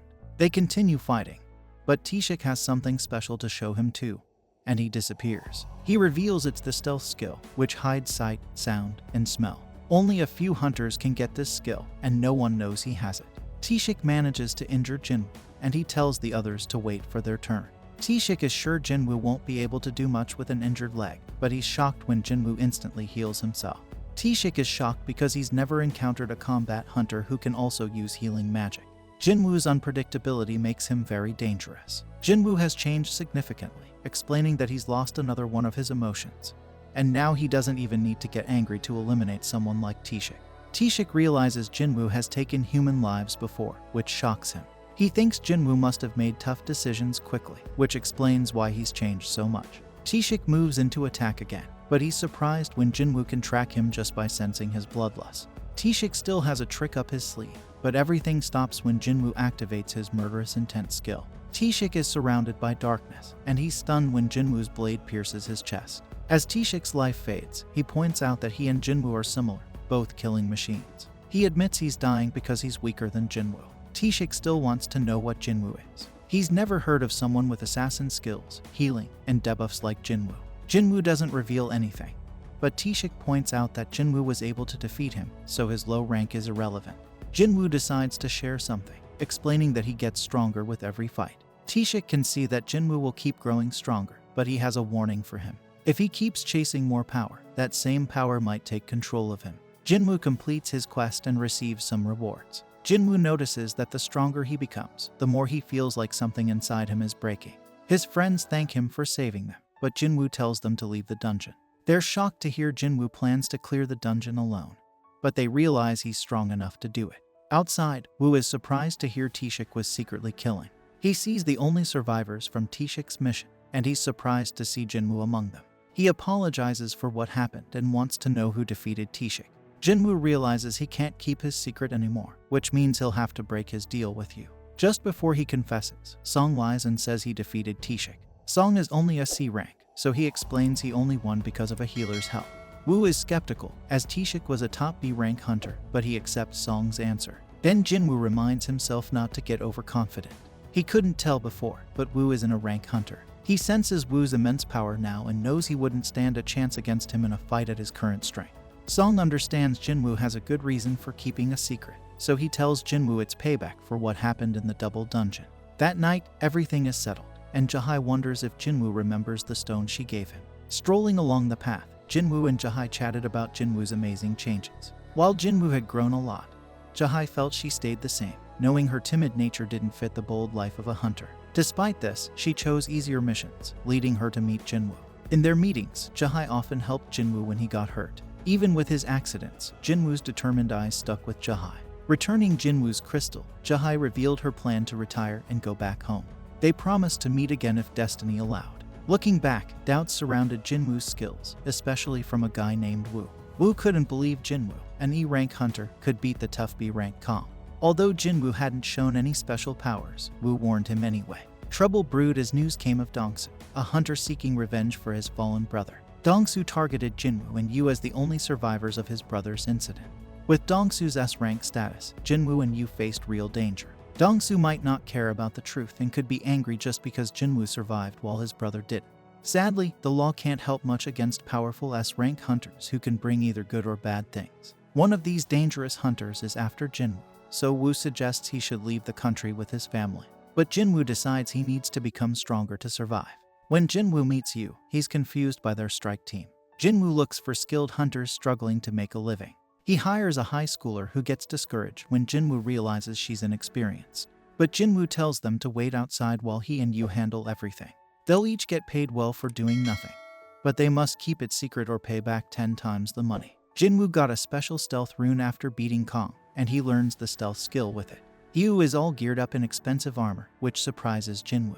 Jinwoo thinks it's crazy to wear such costly armor, and insists Yu takes it off. He lets Yu keep the helmet though, and they both go through the portal. Other hunters think they're crazy for going into a C-rank dungeon alone, but Jinwoo and Yu don't mind since they've already signed the contract.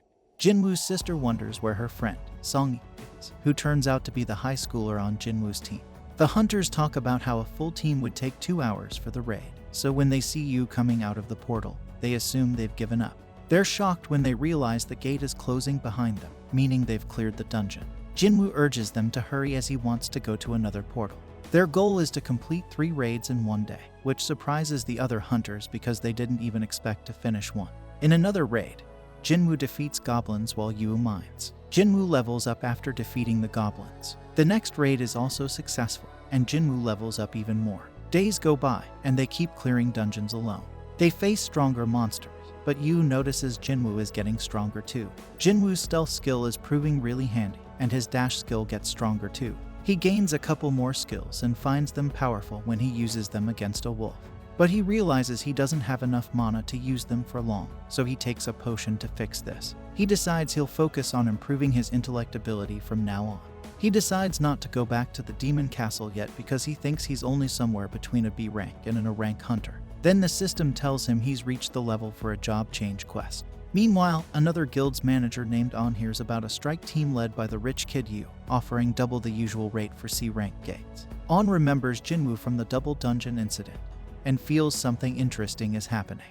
Jinwoo and Yu come out of another portal victorious. Jinwoo wonders if Songyi has an eye problem, but she says it's nothing.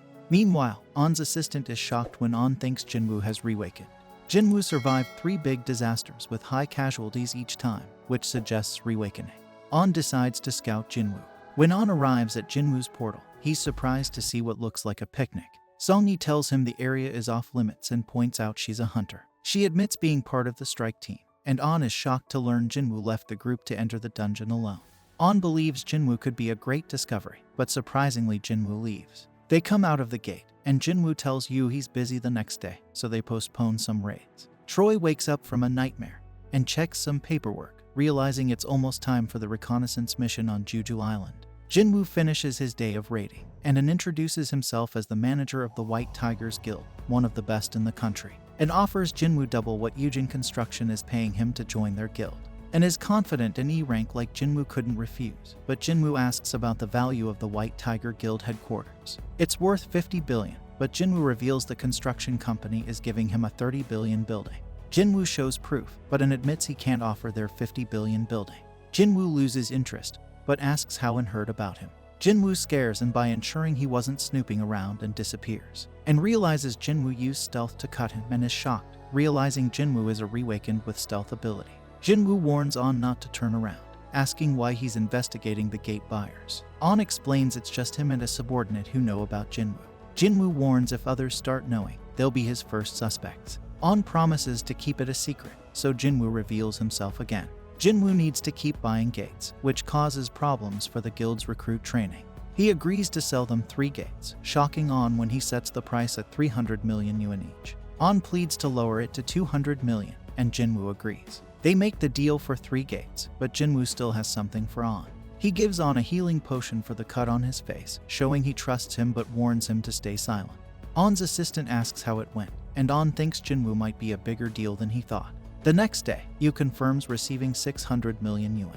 He's amazed Jinwoo got so much for the gates they were going to cancel. Yu wants to know more, but Jinwoo says it's a trade secret. At the White Tiger Guild, and realizes Jinwoo tricked him as several gates are selling for less than 70 million yuan. Jinwoo sends a message, saying they're even now for spying on him. On realizes Jinwoo is not someone to mess with, but is glad to have his contact information. Meanwhile, Jinwoo goes on a road trip to find out about the job change quest. Jinwoo ventures into a dense forest, far removed from civilization, his mind clouded with uncertainty about the job change quest ahead. Despite encountering dungeons accessible only with keys and being thrust into immediate penalty and emergency quests, this job quest remains optional, offering him time to deliberate. Jinwoo perceives it as a crucial opportunity to enhance his strength by acquiring skills tailored to his profession. Opting to accept the quest, Jinwoo witnesses a gate materialize before him. As he steps through, he belatedly remembers his daily quest but resolves to tackle it later, deeming this moment the true commencement of the game.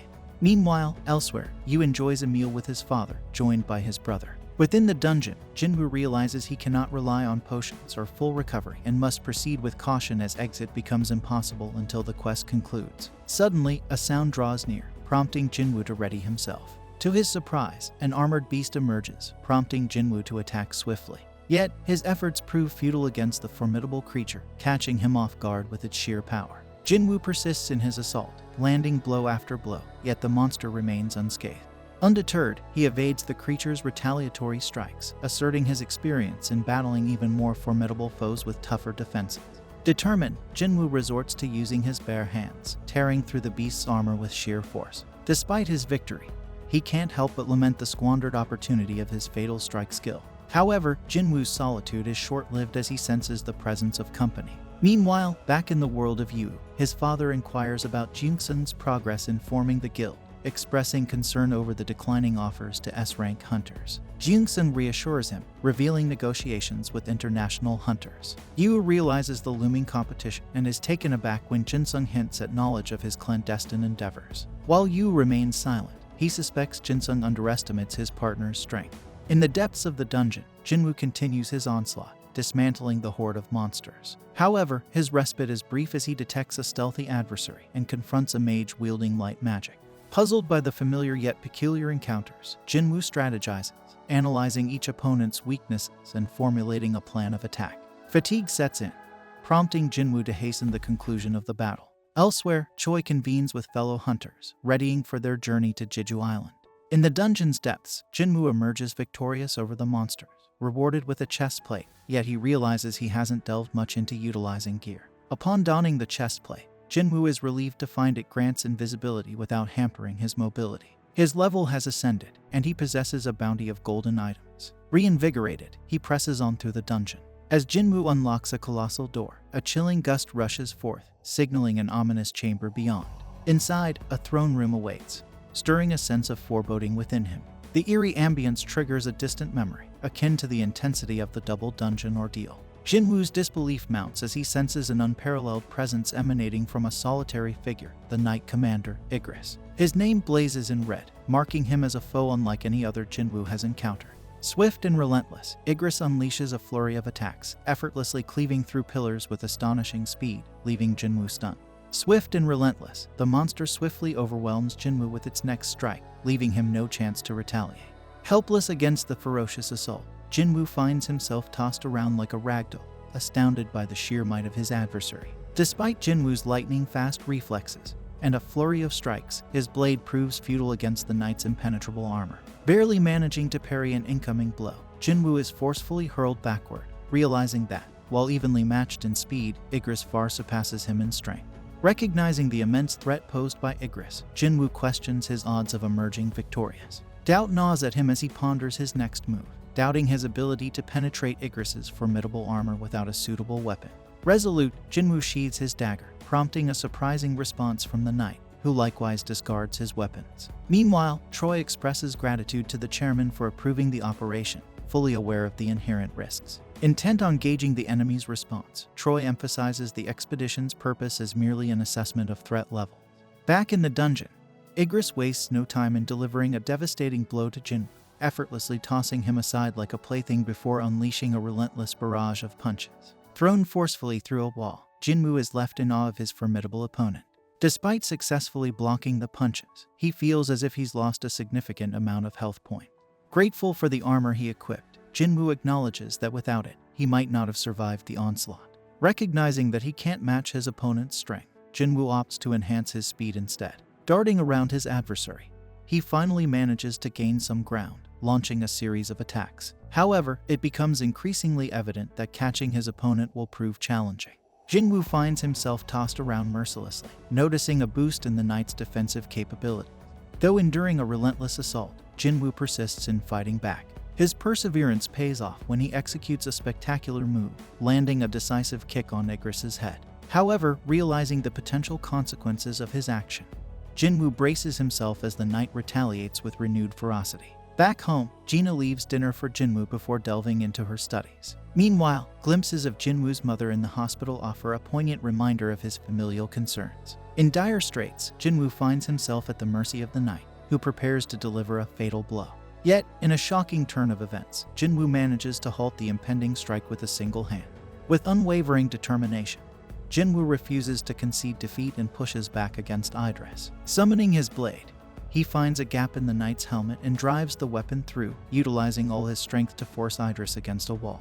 When the knight attempts to wield Jinwoo's blade against him, Jinwoo clarifies that the dagger always returns to his possession, rendering it useless in the enemy's hands. Pressing on, Jinwoo thrusts his blade deeper into the knight's skull, realizing he must penetrate further for a decisive blow. Employing every ounce of power he possesses, Jinwoo unleashes a series of fatal strikes, culminating in the most potent attack he's ever delivered. As the knight goes limp, Jinwoo withdraws his blade, greeted by a victory notification.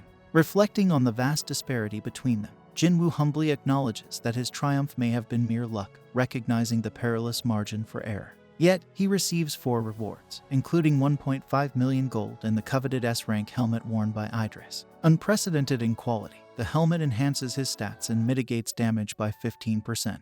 Additionally, Jinwoo gains a runestone for the ruler's hand skill and an instant teleportation stone, prompting him to question why he's receiving it now. Suspicion arises as multiple portals suddenly materialize, casting doubt on whether the job change quest has truly concluded.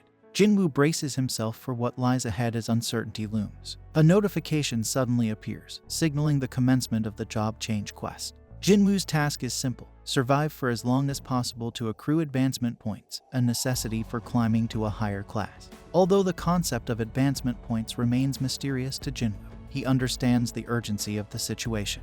With a timer ticking down, Jinwoo braces himself for an onslaught of foes, knowing he must endure endless waves. Thankfully, the adversaries seem less formidable than Igris, offering Jinwoo a fighting chance. Despite their numbers, Jinwoo maintains his composure, charging into battle with unwavering courage. Meanwhile, other hunters depart for Jeju Island, leaving Jinwoo to face the challenge alone. As time passes, Jinwoo remains entrenched in combat, grappling with wave after wave of enemies. Aware that endurance is key, Jinwoo employs stealth tactics and conserves his mana to prolong his survival. However, his strategy is thwarted when a cunning mage exposes his stealth, leaving Jinwoo vulnerable. Forced back into direct confrontation, Jinwoo struggles against increasingly overwhelming odds. Despite his valiant efforts, mere minutes elapse before he realizes the futility of his situation. Reluctantly, Jinwoo considers retreat, but before he can act, a sudden attack disrupts his plans, sending him spiraling into a desperate struggle for survival against the encroaching horde. This brings an end to our episode 11. If you enjoyed it, then don't forget to like, share and subscribe our channel, Ani Explainer. In the midst of the battle, Jinwoo reflects on his lifelong journey from the bottom. Despite the odds stacked against him, he's always pushed forward, refusing to yield. His knuckles bruised and his heart pounding, Jinwoo faces the relentless onslaught of monsters. Suddenly, the creatures taunt him, labeling him the weakest of all hunters. Their words sting as they remind him of past struggles, mocking his previous hospitalization after an E-rank gate incident. Then, imaginary figures from his past materialize, urging him to cease the fight. His younger self appears, acknowledging Jinwoo's progress but warning of underlying weakness. Despite outward changes, deep down, Jinwoo doubts his strength and fears impending demise. Condemned as merely an E-rank dreamer, he struggles to evade attacks, questioning his readiness for the battle. As doubt creeps in, a notification interrupts, signaling the end of his daily quest and triggering a penalty. Transported to the penalty zone, Jinwoo realizes the penalty's life-saving intervention. Reflecting on whether luck or the system spared him, he opts not to dwell, instead focusing on recovery. Yet, potions prove futile against severe injuries, prompting Jinwoo to contemplate natural healing or leveling up. Encircled by familiar adversary, he resolves that every pain endured will only fuel his resilience. With unwavering determination, Jinwoo faces the challenges ahead, ready to emerge stronger from the ordeal. Back at home, Jinwoo notices Jinwoo's absence and playfully wonders if he's found a girlfriend. Chuckling to herself, she dismisses the idea as unlikely, hoping he won't forget their guardian-teacher meeting. Meanwhile, Jinwoo basks in his victory over once feared monsters, reveling in his restored health post-leveling up. With mere minutes left in the penalty zone, Jinwoo seizes the opportunity to acquire the Night Killer Dagger. Crafted to deal extra damage against armored foes, it proves an invaluable asset. Utilizing the rune from his battle with Idris, he unlocks the Ruler's Hand skill, a mana-free ability granting telekinetic manipulation. Though he can't yet move large objects, Jinwoo remains undeterred, relying on a stroke of luck to see him through. Returning to the dungeon, he readies himself for the impending skirmish. Meanwhile, the other hunters near Jeju Island, startled by multiple mana readings emanating from the waters. Back in the dungeon, Jinwoo relishes the Night Killer Dagger's efficacy, but senses an unsettling aura. Despite dispatching beasts, a lingering unease gnaws at him, especially as mages cast spells without directly attacking. Realization dawns as Jinwoo identifies the mages as gate openers, summoning formidable knights. Strategizing swiftly, he prioritizes targeting the mages, causing the knights to crumble with each defeat. Despite the mages' attempts to shield themselves, Jinwoo's determination prevails as he neutralizes another, leaving only 3 standing. Unifying their powers, the remaining mages conjure a golem, prompting Jinwoo to seek higher ground. Momentarily disabling the golem, Jinwoo discerns the mages' strategy, recognizing their preference for summoning a single powerful entity over numerous smaller threats. Jinwoo notices a flaw in the enemy's strategy, realizing that having fewer targets makes it easier to target the mages. After a grueling battle, he successfully eliminates all the mages, but the formidable golem remains unscathed. Utilizing his newfound strength, Jinwoo summons sheer force to dismantle the towering golem. With the defeat of the golem, all the monsters are vanquished, and a notification announces the completion of his job change quest. Now, he has the opportunity to transition to a more advanced class based on his performance during the quest. However, to Jinwoo's surprise, he doesn't have the autonomy to choose his new class. Instead, notifications inundate him with ominous messages, detailing a path marked by death and a thirst for power. They mention a shadow army obedient to the player's commands, revealing that Jinwoo's new class will be Necromancer. Perplexed by this revelation, Jinwoo questions the suitability of Necromancer for his combat style. His strength-focused build clashes with the typical magic-based approach of Necromancers, who summon undead minions. Accepting the Necromancer class would seemingly invalidate the effort he invested in his current build. Fortunately, Jinwoo discovers the option to reject the Necromancer class. However, the system emphasizes the rarity of the Necromancer class as a hidden one, prompting Jinwoo to reconsider. Intrigued by the possibility of special powers associated with hidden classes, Jinwoo deliberates on whether to accept Necromancer despite its incongruity with his current strength. Jinwoo longs for a comparison to understand the new power bestowed upon him, finding it akin to the summoning magic wielded by the mages he recently encountered.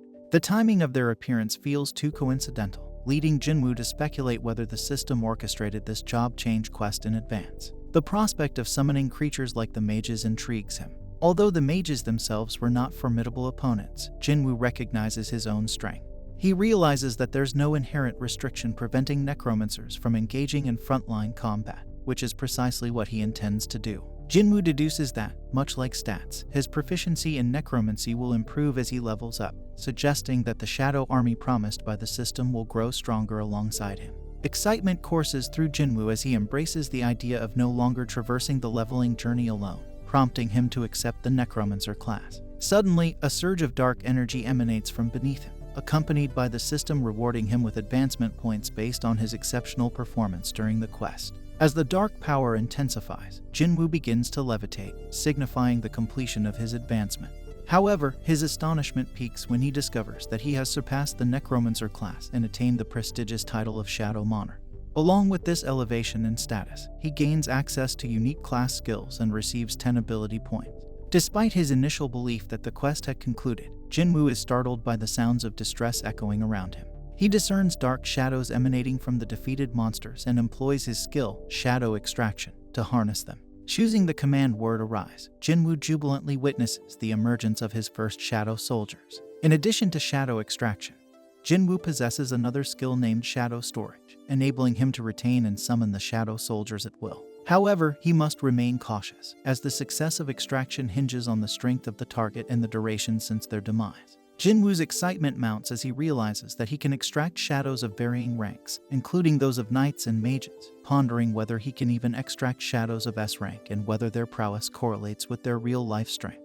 In his haste, Jinwoo rushes to Igris and discovers that he can indeed extract shadows. However, there's a catch. There's a limit to how many shadows he can extract and store. Without hesitation, Jinwoo releases 11 soldiers from their shadowy confines. Focusing his attention on the Knight Commander Igris the Blood Red, Jinwoo commands, Arise. As Igris's shadow begins to materialize, a sudden surge of power knocks Jinwoo back, causing the extraction to fail. With only 2 attempts remaining, Jinwoo's second try meets a similar fate. Meanwhile, at the Hunters Association, Go reminds Woo about the importance of undergoing a reawakening for hunters to enhance their power. Training in combat techniques and forming alliances are crucial steps in this process. Undeterred, Jinwoo engages in a heartfelt conversation with Igris, reminding him of his warrior identity. He emphasizes that Igris's purpose lies in wielding his sword against their enemy, not languishing in oblivion. With resolve in his voice, Jinwoo offers himself as a worthy cause for Igris to pledge his loyalty to. Exhausting his final attempt, Jinwoo implores Igris once more to arise. This time, a tremendous surge of power emanates from Igris's corpse, signaling a different outcome. Igris's shadow materializes, granting Jinwoo the opportunity to bestow a name upon his level 7 knight. Choosing to honor the knight's past, Jinwoo bestows upon him his original name, Igris. Meanwhile, Go reflects on the daily occurrence of reawakenings among hunters, hoping for the emergence of a remarkable individual who defies expectations. In a profound moment, Igris and the rest of Jinwoo's shadow army kneel before him, signifying their allegiance. Witnessing this, Jinwoo expresses his awe, declaring that they are all united under his banner. Meanwhile, the other hunters arrive on Jeju Island, where Choi examines one of the red ants from the recent raid. To his astonishment, Choi discovers a phenomenon previously unseen: evolution among the monsters. Notably, the ant has developed wings, indicating a significant transformation in their capabilities. The legend has returned, folks. Sung Jinwoo, our favorite overpowered protagonist, is back for Season 2, and this time he's trading his nap schedule for some high-stakes drama. Smash that like button and leave a comment for Part 2, because the adventure is just getting started. Sung Jinwoo's day starts with a rude awakening, literally. His sister, Jinna, calls him early in the morning, shocked to find out that he's still in bed. After all, saving the world doesn't exactly come with a flexible schedule. She reminds him of the parent-teacher meeting at her school that afternoon. Jinwoo, realizing he's completely forgotten, panics and rushes to get ready. When he arrives at the school, Jinna's shock isn't limited to his tardiness. She's stunned by his appearance. Jinwoo looks polished and sharp, the kind of guy who could walk straight onto a runway. Her astonishment is echoed by the girls at the school, who whisper excitedly, calling him handsome. Their eyes sparkle with admiration, and some even try to sneak photos. Jinna, ever the teasing sister, suggests setting him up with one of her friends, but Jinwoo playfully pulls her cheek and tells her to quit joking. Inside the teacher's room, the pair meet Jinna's teacher, who is practically glowing with pride. She hands Jinwoo Jinna's progress report, praising her intelligence and politeness. She's a role model for her peers, the teacher says with a smile.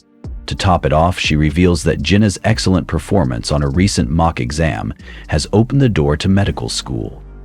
Jinwoo, clearly proud, nods along. However, the teacher advises him not to put too much pressure on her. Then, the conversation takes an unexpected turn. The teacher brings up a hypothetical scenario. What if Jinwoo awakens as a hunter? Jinwoo's expression hardens as he firmly states that he would never allow her to enter such a dangerous profession. The teacher, unbothered by the tension, moves on to ask Jinwoo for a favor. To talk to one of Jinwoo's friends, Song-yi, and convince her to return to school. Later, Jinwoo meets Song-yi, who recognizes him immediately. She's less interested in hearing about Jinwoo and more focused on declaring her passion for the hunter's life. Jinwoo, trying to reason with her, points out the harsh reality. As a low-ranked hunter, she can't make a stable living. Sure, you made some money with our strike team, but that was a one-time thing, he says. Song-yi, undeterred, snaps back. Weren't you an E-ranked hunter once too? So Jinwoo, realizing this argument won't go anywhere, invites her to accompany him to a gate, saying he has something to show her. Meanwhile, Fang Dong, a high-ranking and bitter member of the Hunters Association, arrives at the airport. His mission? Revenge. Dong is here to settle a score with Jinwoo over the death of his brother Dong Sung, whose team Jinwoo had wiped out during a previous raid. When asked about his stay, Dong makes it clear he doesn't plan to linger. He's focused on his target and doesn't care for subtlety. A Hunter Association member discreetly monitors him, wary of his intentions. Back with Jinwoo, he prepares Song-yi for her first raid at a C-rank gate owned by the White Tiger Guild.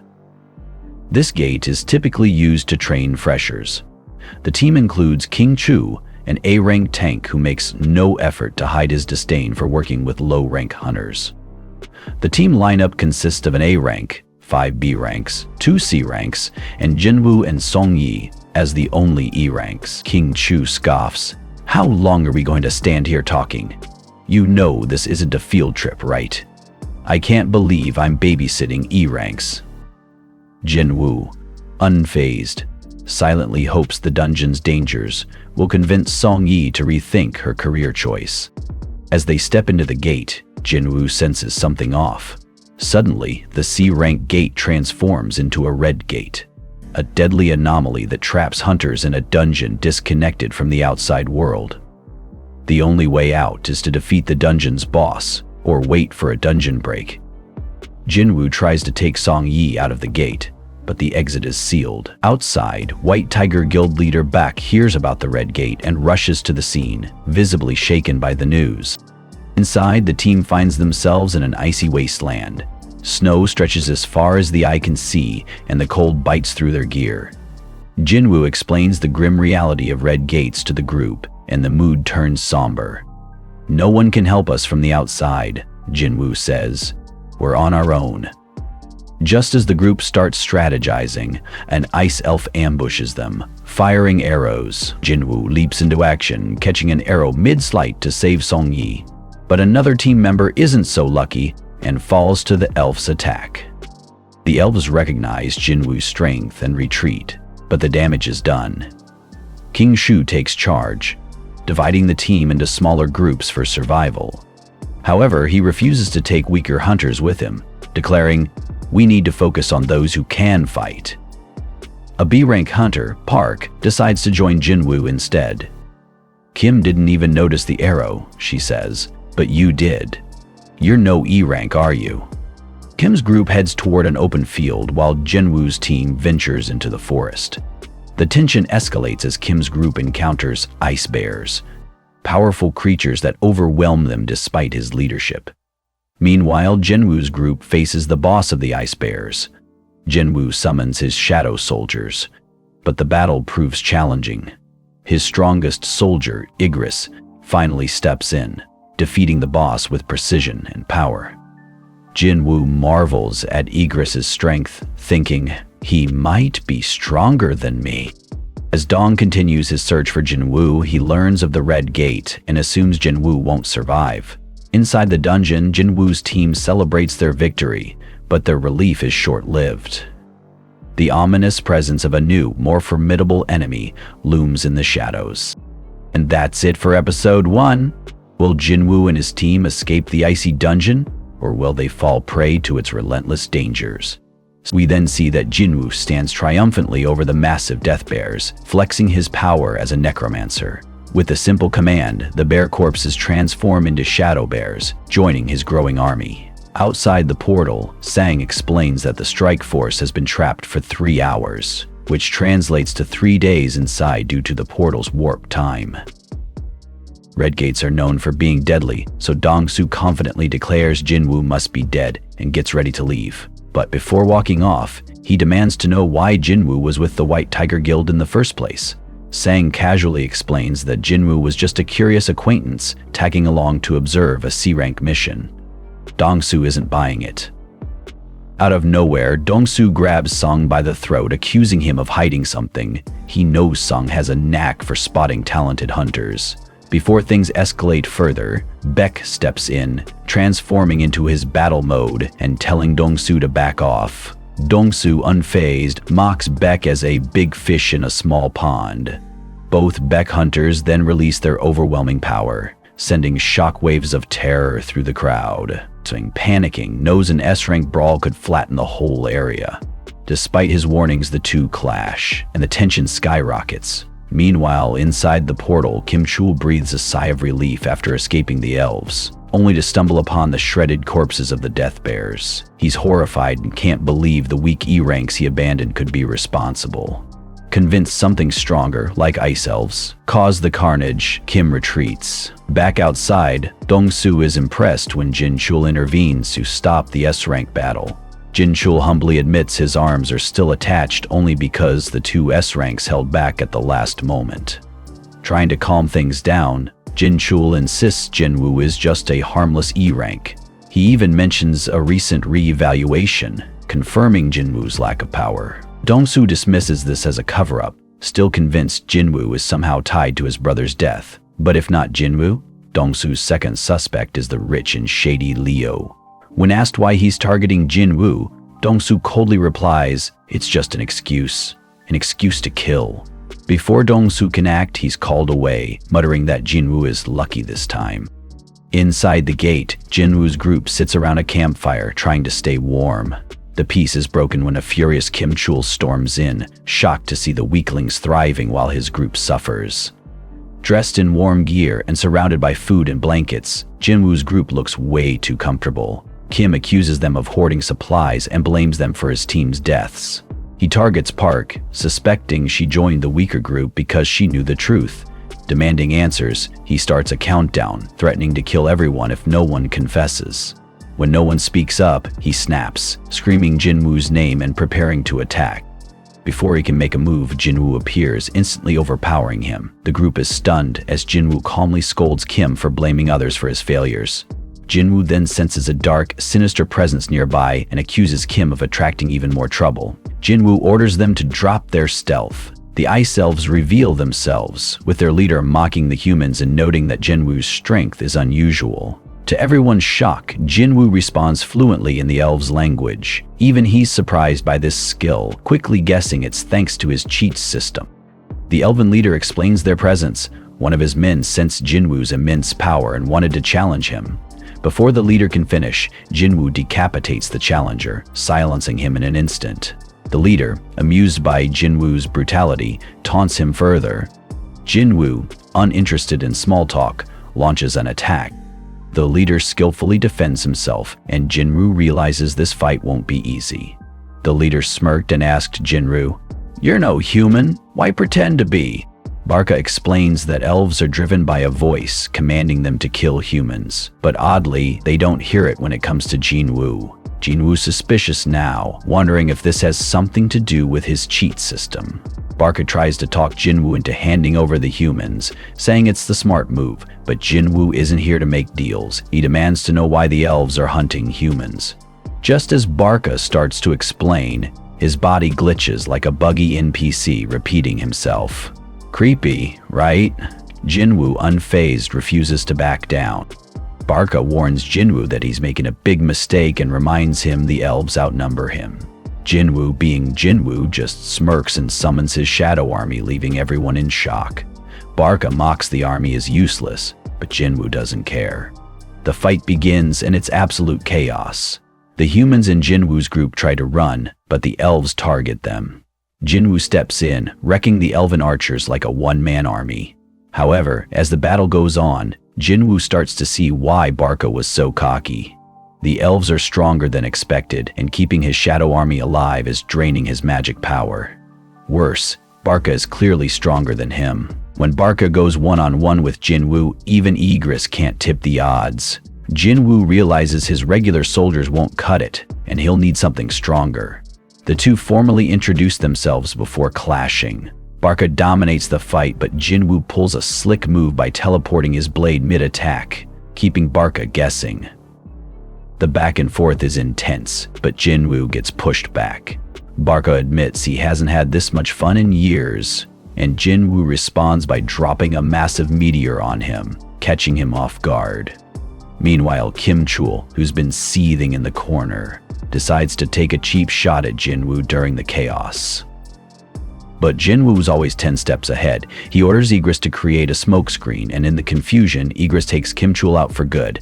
Jinwoo raises Kim as a shadow soldier, naming him Iron, and the guy wakes up with a scream loud enough to shake the battlefield.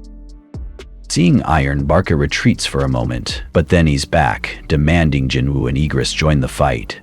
Jinwoo agrees, and the 3-on-1 showdown kicks off. Barca handles all three with ease, but Iron's constant screaming starts to annoy him. He focuses on taking Iron out, but Iron proves to be a tank, shrugging off every hit.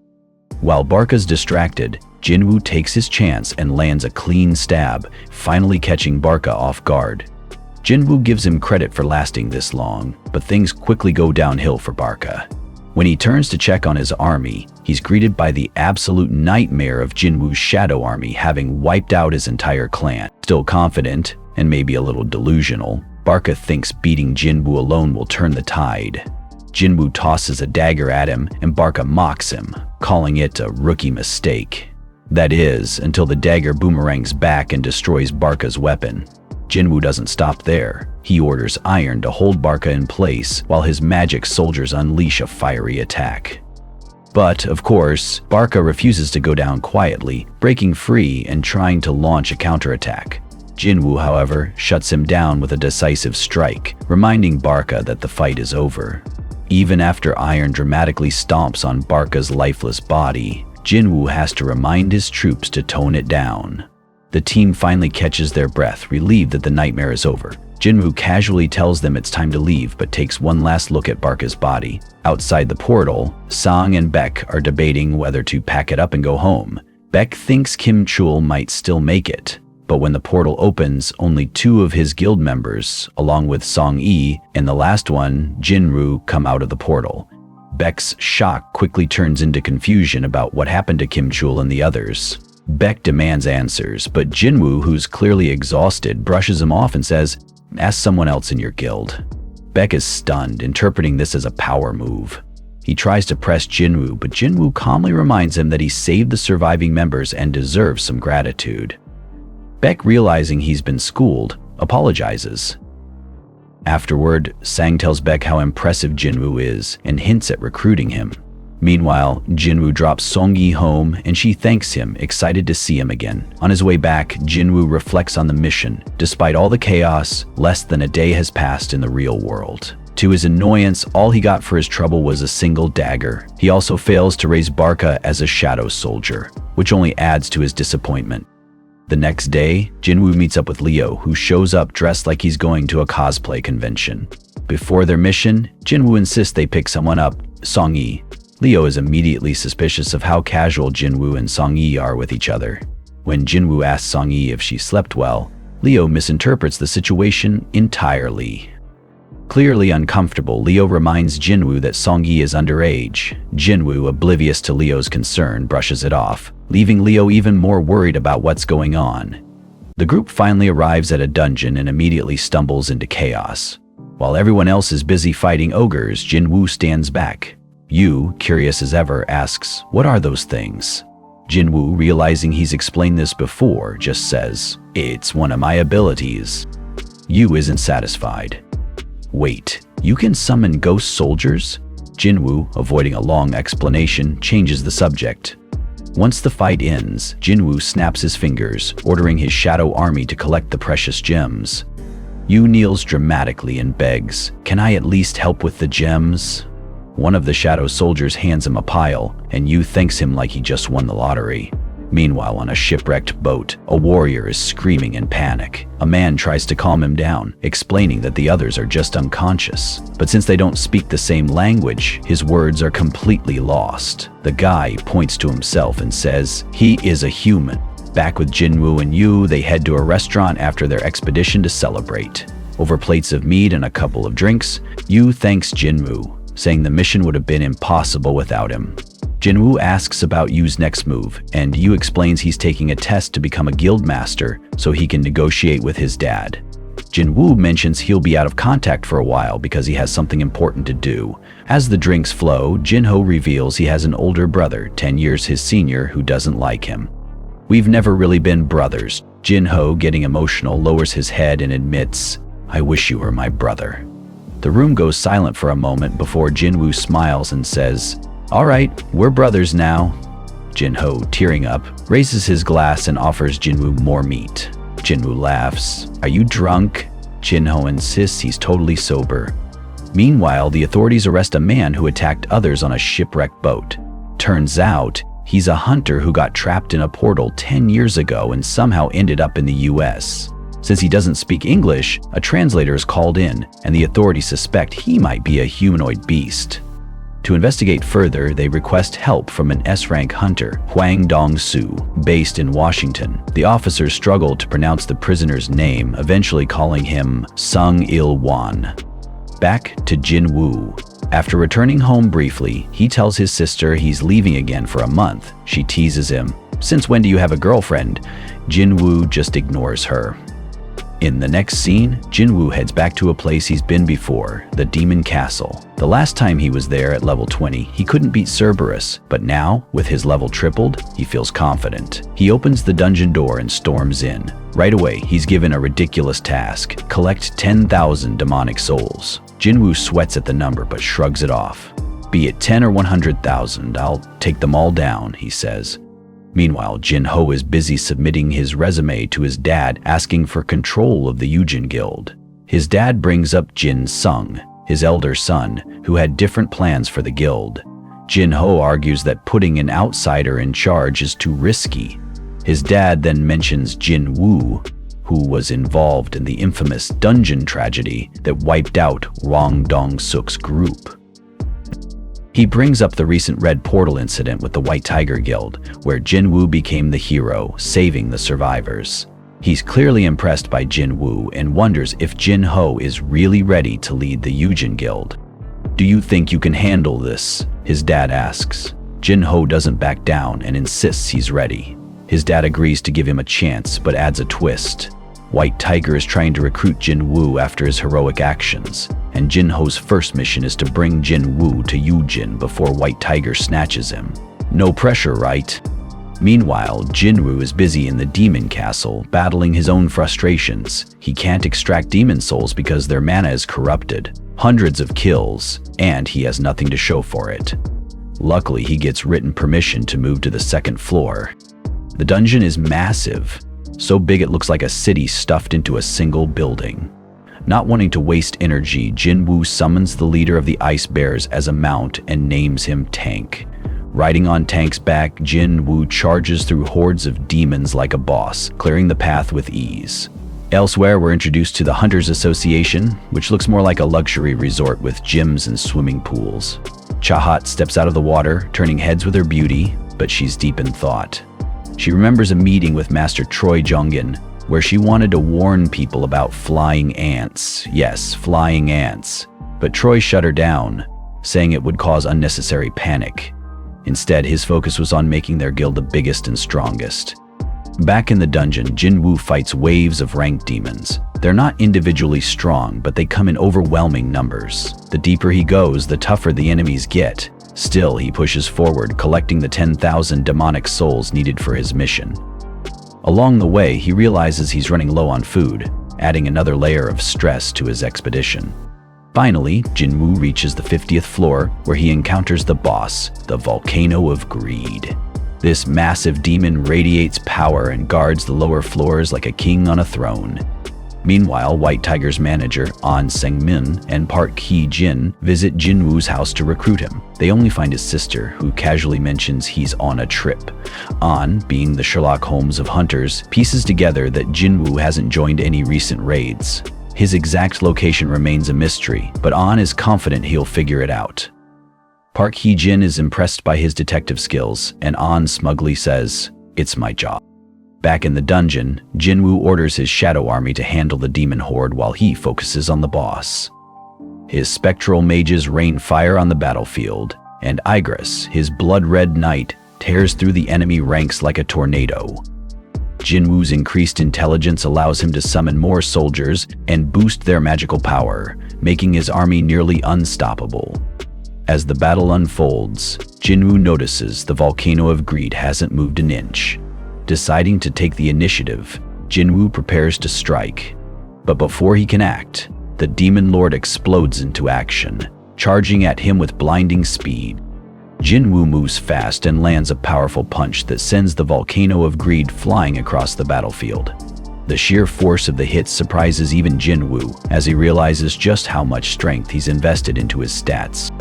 The volcano of greed, enraged by the damage, activates its Cerberus ability and charges at Jinwoo with its massive mace. Anticipating the attack, Jinwoo calls for Iron to send over a shield. With the shield raised, he successfully blocks the relentless blows, though the sheer force starts to wear it down, making Jinwoo worry about how long it can hold up. Waiting for the perfect moment, Jinwoo defends until he sees an opening. He breaks free from the demon's onslaught and leaps toward its neck for a decisive attack. However, the volcano counters with a swift strike from its club, nearly ending the fight. Using the hand of the ruler, Jinwoo manages to absorb enough of the impact to survive, though the close call leaves him shaken. Realizing the demon's movements are too unpredictable, Jinwoo decides to exploit its rage. He lures the giant toward a nearby building. As the volcano charges, unable to stop itself, it crashes into the structure. Using the opportunity, Jinwoo climbs the debris and delivers a precise dagger strike to the demon's head, finally bringing it down. For his victory, he earns a fragment of the Tree of Life. Meanwhile, in the United States, Dong-soo arrives to interrogate Sung-il-won. The prisoner speaks first, questioning how much humanity truly understands about portals and magical beasts. He warns that the current threats are nothing compared to a far greater catastrophe that has begun to awaken. According to Sung-il-won, his mission is to prevent the disaster from happening.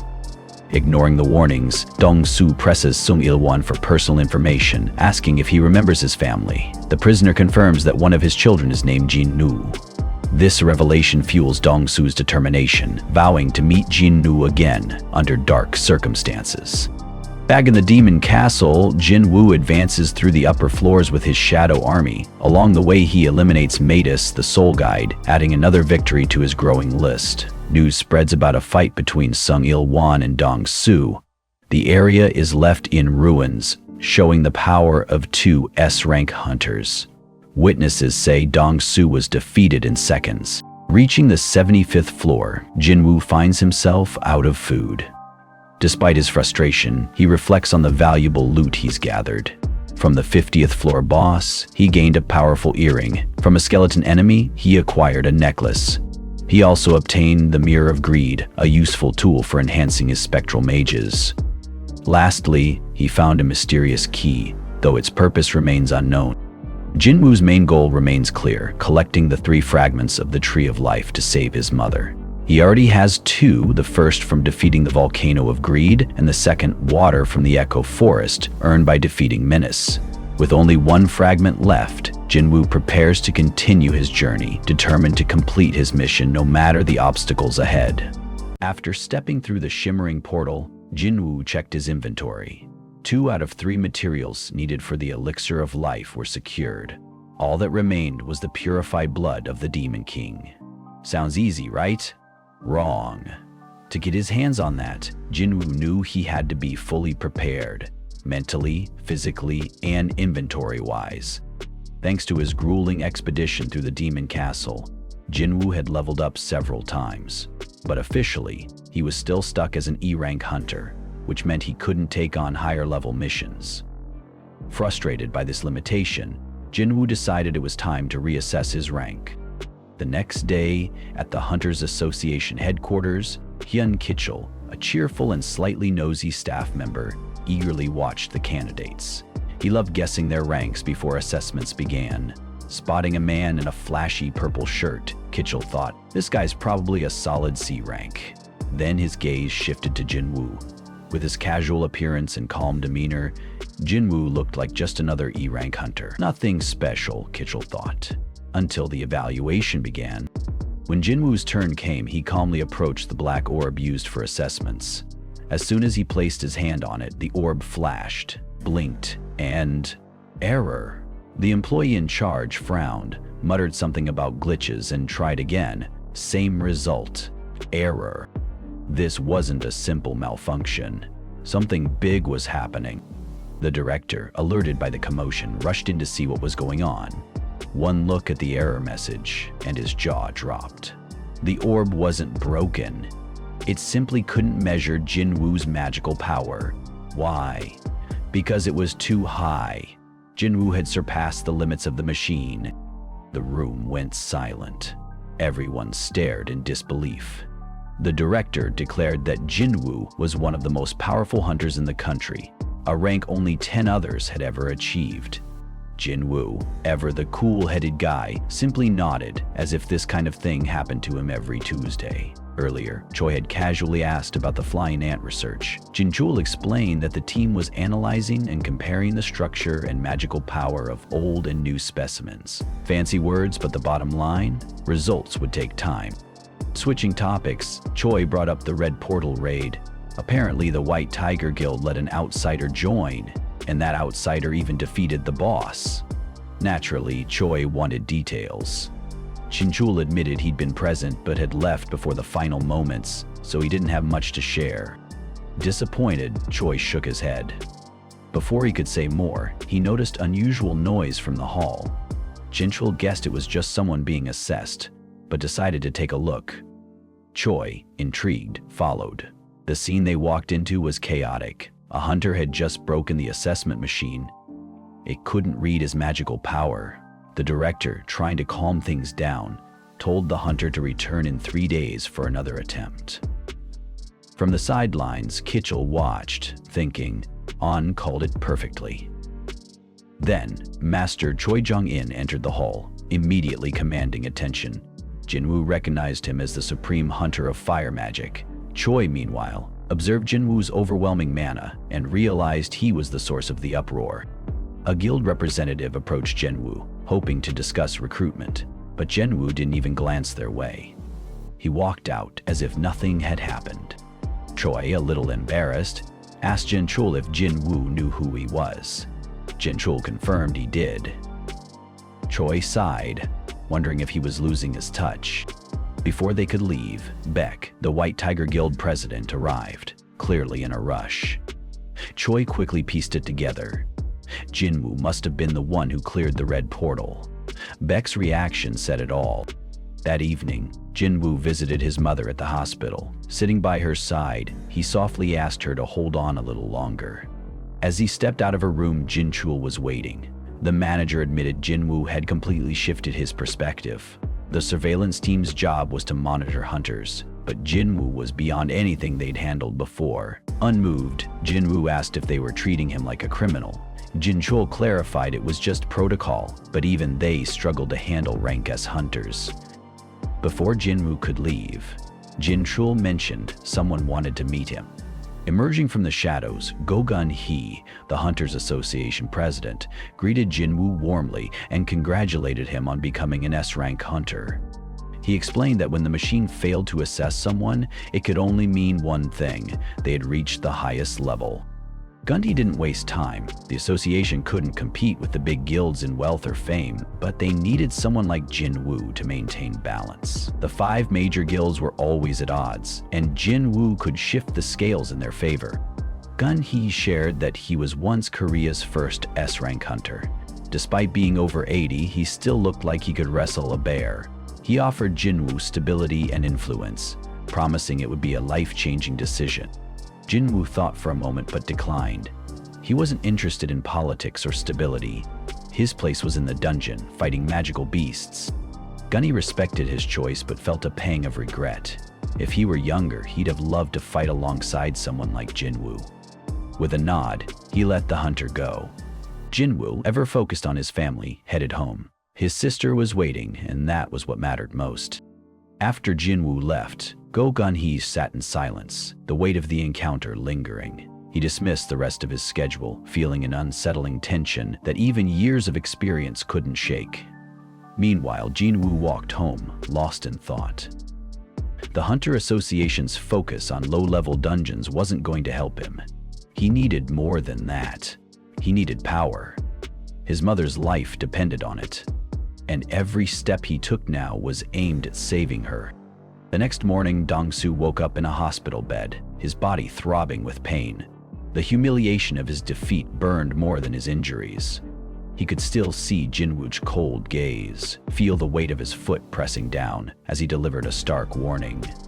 That moment fueled Dong-soo's determination to face him again, but he knew he couldn't rely on raw strength alone. Artifacts, legendary gear with immense power, became his focus. Once crafted by master artisans, these rare items now surfaced in auctions, fetching astronomical prices. Jinwoo, too, had browsed through listings, searching for something that could aid him. But the costs were well beyond his reach, and selling his orb of avarice would draw attention he couldn't afford. While weighing his options, Jinwoo spotted a notice about a job. Miners were hiring hunters for an A-rank raid. It wasn't ideal, but it was an opportunity. Elsewhere, Go Gun-hee reviewed Jinwoo's history. His transformation over the years was startling. The young hunter's dedication stood out. Despite his struggles, he had supported his family, paying for his mother's hospital bills and his sister's education.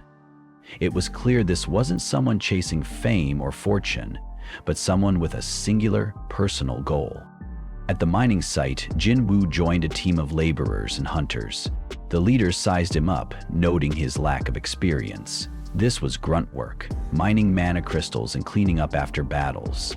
Yet, Jinwoo didn't mind. He understood that every step, no matter how small, brought him closer to his goal.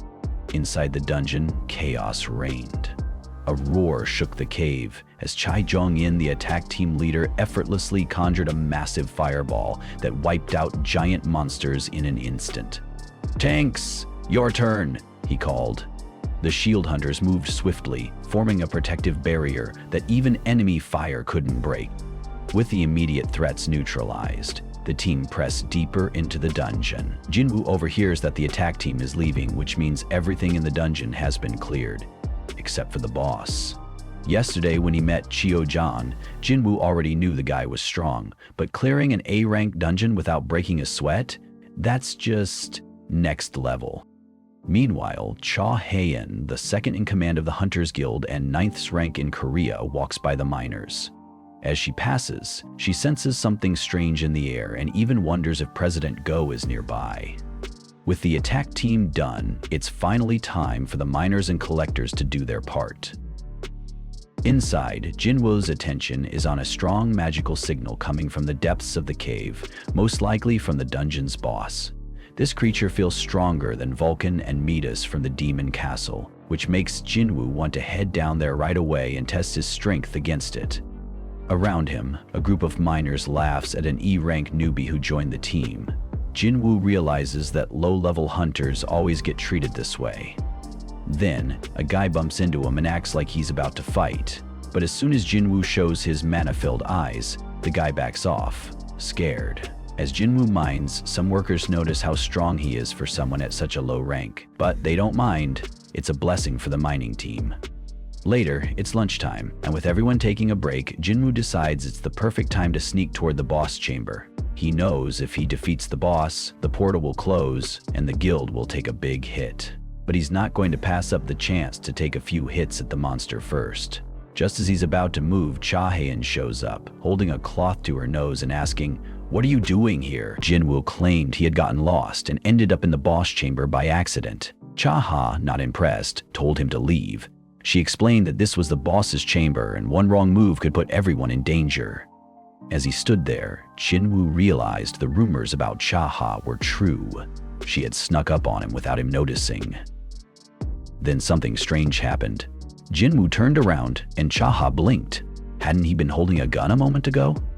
Now it was gone. He casually walked past her, but Chaha's instincts kicked in. She asked him to wait and, to Jinwoo's surprise, sniffed him like a curious dog. His face turned red. Chaha's nose twitched. This guy didn't smell like the usual hunters. In fact, he had a pleasant scent. She checked his ID and after a pause, told him to be careful on his way out. When Jinwoo returned to his team, they couldn't stop talking about his close encounter with Chaha, as if he'd just won the lottery. They explained that Chaha was responsible for protecting workers in the dungeon, even covering their lunch breaks. The only quirky thing about her was that she hated the smell of hunters, so she always covered her nose with a cloth. Jinwoo couldn't help but think about how differently she treated him. Like he wasn't a hunter at all. It reminded him of what Baruga had said at the Red Portal. He guessed it was because he was the player, though he still didn't fully understand what that meant. The system on his side gave him some perks, but the rest was a mystery. After his shift, Jinwoo was paid for his work and praised by the boss, who offered him a permanent position. The boss had never seen anyone so naturally skilled. Jinwoo politely declined, saying he'd only come because he had free time. But the boss, ever persistent, invited him back the next day for a double raid. One with a rank A and another with a rank C. Jinwoo agreed, remembering his revaluation was the next day. The boss was thrilled and even offered double pay. Later, Chaha contacted the association for info on Jinwoo, but found his data locked. Even more curious, she learned that Master Choi had requested information on him. Why was his data locked? He wasn't even a high-level hunter. As she lay in bed, Chaha couldn't stop thinking about him. The strange man with his odd behavior and pleasant scent, especially since Master Choi was also after him. The next day, Jinwoo returned to work and impressed everyone with his skill in resource extraction. The workers felt like they were in the presence of a machine. Lunchtime came and the boss offered him 5 times the usual salary. But before he could respond, Captain Sung-ki-kun approached. He wanted someone from the mining team to join his raid, with hazard pay thrown in. The team leader hesitated, knowing they weren't experienced enough for such a dangerous mission. But Jinwoo, ever the risk-taker, volunteered. His colleagues were shocked. Jinwoo didn't care about the money. He felt like he needed to do this. The captain formally introduced himself, and outside the portal some hunters expressed concern, but the captain reassured them. The main team had already cleared out the stronger monsters. Jinwoo surveyed the secondary team, which included 6 rank A hunters and 3 rank B ones. Inside, the atmosphere was different, less magic than yesterday's dungeon, but something felt off. That same eerie feeling from the red portal crept over him. A woman in the team noticed his unease. "Relax, the captain and the others are strong, we'll be fine." Before Jinwoo could respond, a deep growl echoed through the cavern. The team immediately went on high alert. Red eyes flickered in the darkness. Jackals. A whole pack of them. The hunters sprang into action, demonstrating tight teamwork. Every move was precise. Every roll was clear.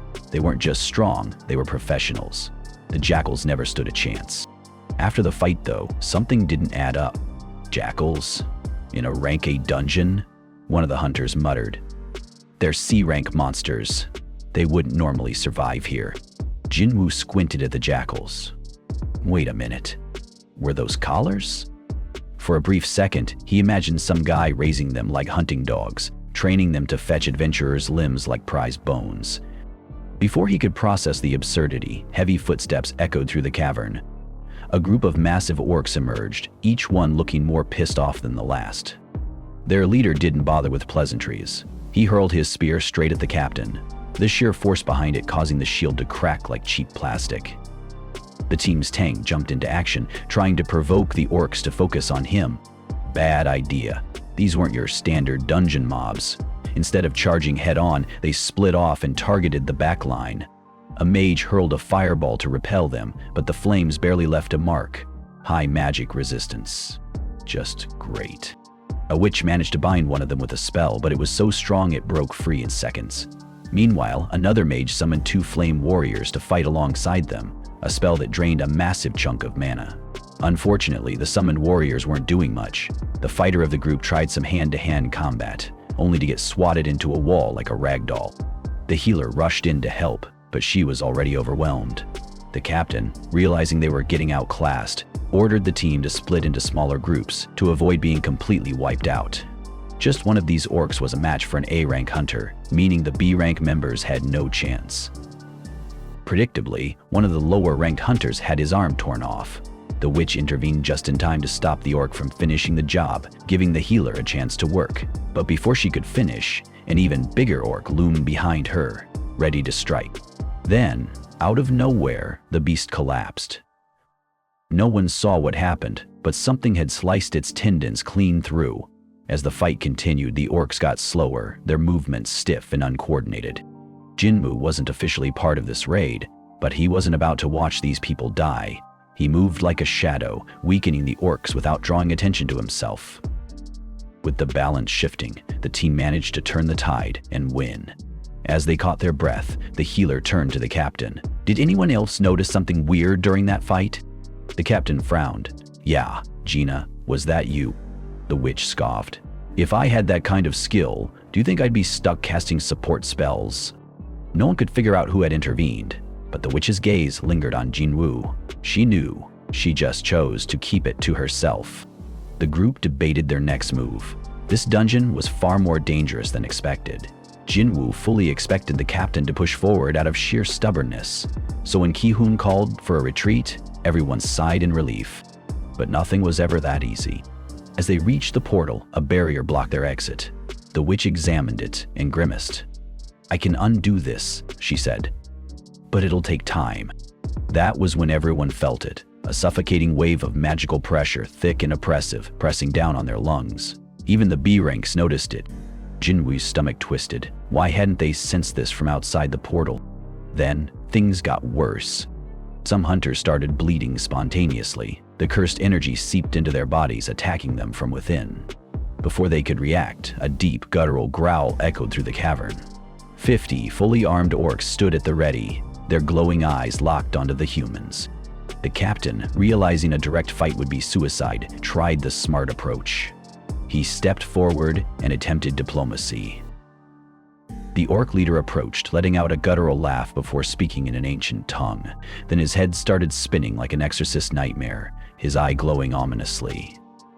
"I am Carvaljan," he finally announced in perfect human language. "I have been expecting you." The captain, somehow keeping a straight face, asked, "So, you blocked the portal?" Carvaljan grinned. "Of course. I am a master of curses." "Right, and is there anyone here stronger than you?" The orc laughed so hard it echoed through the cavern.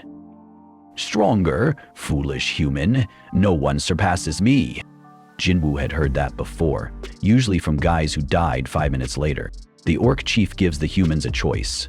Follow him or die. But Siu knows there's only one real option. Reluctantly, he agrees. As the chief turns to leave, the captain quickly calls for Jinwoo. When he arrives, the captain lays out the plan. The moment the chief returns, they'll strike. Carvaljan won't be able to hold the barrier while fighting. Jinwoo's job is to escape and call for reinforcements. Before he leaves, the healer hands Jinwoo a letter, her will. She asks him to deliver it to her family. This is the life of a hunter, but Jinwoo isn't one of them. He should live. The moment reminds Jinwoo of the double dungeon, where he was abandoned to die, but this time it's different. These people are sacrificing themselves for him. Holding their wills, he silently swears to deliver them. Outside the portal, Cha-Ha looks for Jinwoo. When she can't find him, she asks the team leader, who casually replies, he's inside, working as a carrier. Meanwhile, the expedition follows the orcs to a massive fortress. The hunters are stunned. These aren't just savages, but an advanced civilization. Soon they stand before a grand throne where the orc king sneers at them and growls, "Human worms." Hunter Cha already thought an E-rank volunteering for an A-rank dungeon was insane. But now, she was certain Jinwoo had a weapon in the boss room yesterday. She informed the chief that she was going into the portal, and when he asked if she needed backup, she dismissed the concern, saying it was personal. As she prepared to enter, she realized she had forgotten her sword. She asked if anyone had a spare, but the chief handed her a rock pickaxe instead. Unsatisfied, she asked if there was anything better, like a sword or a spear, but quickly realized that asking miners for combat weapons was pointless. The chief then questioned if she really wanted to enter the dungeon empty-handed, making her immediately regret her choices. Inside the boss room, the atmosphere was terrifying. The squad understood that if the superior orcs managed to escape, the city would be wiped out in minutes. Their only option was to take down the boss. Yet even his 4 guards looked terrifying enough to haunt their nightmares. The Orc King removed his mask and taunted them, asking if they were scared. The fear on their faces made the question unnecessary. Ki-hoon, summoning what little courage he had, asked why they had been brought there after already surviving 60 orcs. The Orc King simply laughed, explaining that it was for fun. They were going to be killed one by one. However, as he spoke, he noticed something unusual among the humans. Ki-hoon, overwhelmed with fear, screamed that they were merely playthings. He gave the order to attack, but no one moved, frozen in terror. Jinwoo, in a reckless attempt to fight back, charged in alone. It was a terrible decision. The boss conjured an ice spike, launching him across the room, then used gravity magic to slam his head into the ground like a basketball. Just as he was about to deliver the final blow, someone stepped in. It was Jinwoo. He reminded the boss that this dungeon belonged to the Hunter Guild and casually asked if he could just erase all the monsters in the room. An orc attempted to sneak up on him, but instead it was the orc who got tossed aside like a rag doll. Ki-hoon, desperate, begged Jinwoo to save them. The Orc King was intrigued. He acknowledged Jinwoo's strength for a human, but questioned how long he could last. Jinwoo admitted that he had never felt energy this powerful before. The boss seemed excited, until Jinwoo smirked. He declared that the fight would be brutal, but not for him. Without hesitation, he summoned his shadow army, stronger than ever. Meanwhile, outside the dungeon, Inspector Jinwoo arrived in his limousine, utterly confused. He questioned why Jinwoo had spent the past 2 days working as a miner. When he asked the chief where Jinwoo was, he learned that someone else had asked the same thing earlier. The man who had tried to intimidate Jinwoo looked like he had seen a ghost. The chief revealed that Jinwoo had volunteered as a tank. Jinwoo stood there in shock, unable to comprehend Jinwoo's actions. Then, a massive explosion of energy shook the entire area. Inside the portal, Cha wondered how Ki-hoon's team had managed to defeat so many superior orcs. However, if that energy truly belonged to the boss, there was no way anyone would survive. Back in the boss room, the Orc King mocked Jinwoo's shadow soldiers, calling them weak. Jinwoo warned him not to underestimate them unless he wanted to be erased. Activating Monarch's domain, he strengthened his soldiers even further. The mages in the room were stunned. While they struggled to summon even 2 shadows, Jinwoo had an entire army at his command. The Orc King signaled for his orcs to charge. Iron attempted to taunt them, but instead simply smashed them into oblivion. Yagras moved with lethal precision, slicing through the orcs effortlessly. However, the real monster was Jinwoo. The squad could only watch in disbelief, wondering why he had hidden his strength for so long. Apart from Igris, Iron, and Tank, the rest of Jinwoo's shadows were at a B rank level. He needed to eliminate as many enemies as possible before his mana ran out. Then, the boss unleashed the Dragonfire Anthem, obliterating nearly all of Jinwoo's shadows. He ridiculed them as weak puppets, but Jinwoo simply warned him to be careful. His soldiers would continue respawning as long as he had mana. The boss attempted to crush Jinwoo with an iceberg and followed up with a full magic barrage. Meanwhile, the weaker hunters were scrambling for their lives, trying to avoid the devastation. Outside, the association measured the energy within the portal and discovered it was far stronger than expected. They immediately called for reinforcements. Inside, the Orc King laughed, assuming Jinwoo was running out of mana. However, unlike during his class change quest, Jinwoo could now use as many mana potions as he wanted. With his mana replenished, the battle became far more interesting. He extracted the shadows from all the superior orcs he had defeated. Then, locking eyes with the Orc King, he declared that he was next. At that moment, something snapped within the boss. He attempted to utter Shadow Monarch, but before he could, the system forcibly stopped him. His mind went blank, as if it had crashed. Unable to comprehend what was happening, he instead ordered his generals to bring him the heads of the remaining humans. At Hunters Guild HQ, Choi was briefed on the situation. He initially believed Ki-hoon's team would be enough to handle it, but as a precaution, he ordered the strongest hunters to prepare for backup. Back in the boss room, the 4 most powerful orcs charged in. Iron quickly overpowered one, Igris engaged 2 at once, momentarily dropping his sword mid-fight, only for it to return to his hand instantly. Tank struck an orc so hard that it was practically erased from existence. Jinwoo smirked, remarking that his generals were stronger than the orc kings. The attack squad attempted to intervene, but the orc king immobilized them, mocking them as mere side characters unworthy of the main stage. He then unleashed his full power, directing his magic at Jinwoo. However, it shattered upon impact. Jinwoo smirked, unaffected, and declared that he was immune to weak curses. Summoning his mages, he commanded them to destroy the iceberg the boss had conjured. With the power of the Orb of Avarice, their fireballs became even more destructive. A massive fireball detonated right in the Orc King's face. And that only made him furious. Ka arrived right in the middle of the chaos, swinging her mighty pickaxe, and was completely stunned by how many shadow soldiers Jinwoo had summoned. She ran up to the attack squad like, "What the hell is going on?" But even they had no idea. Meanwhile, Kargalan was done playing around. Dude combined 300 spells at once and swore he'd squash Jinwoo like a bug. He stomped down like a giant, but Jinwoo just scoffed, saying he had bad memories with huge enemies. Talk about rubbing salt in the wound. First, the boss launched a massive fireball. Then, just to make sure, he fired 50 more, wiping out the shadow soldiers and the superior orcs. The boss smirked. "Are you starting to regret it, little human?" Before he could even blink, Jinwoo was already in his face, stabbing a dagger straight into his eye. Then he hit him with the ultimate disrespect. The bigger you are, the easier you are to hit. And to top it off, he added that a mere shaman was no match for an assassin. And let's be real, Jinwoo isn't just any assassin. Dodging attacks like he was in an Indiana Jones movie, he threw 2 daggers that broke the boss's defenses and chained him up with a castle chain. Then, using Kargalan's own strength, he slammed him into the ground like a ragdoll. Meanwhile, the association's inspector finally showed up to see the action. They said they came to help, but yeah, it looked like they weren't needed anymore. Ta watched in awe, her eyes practically sparkling.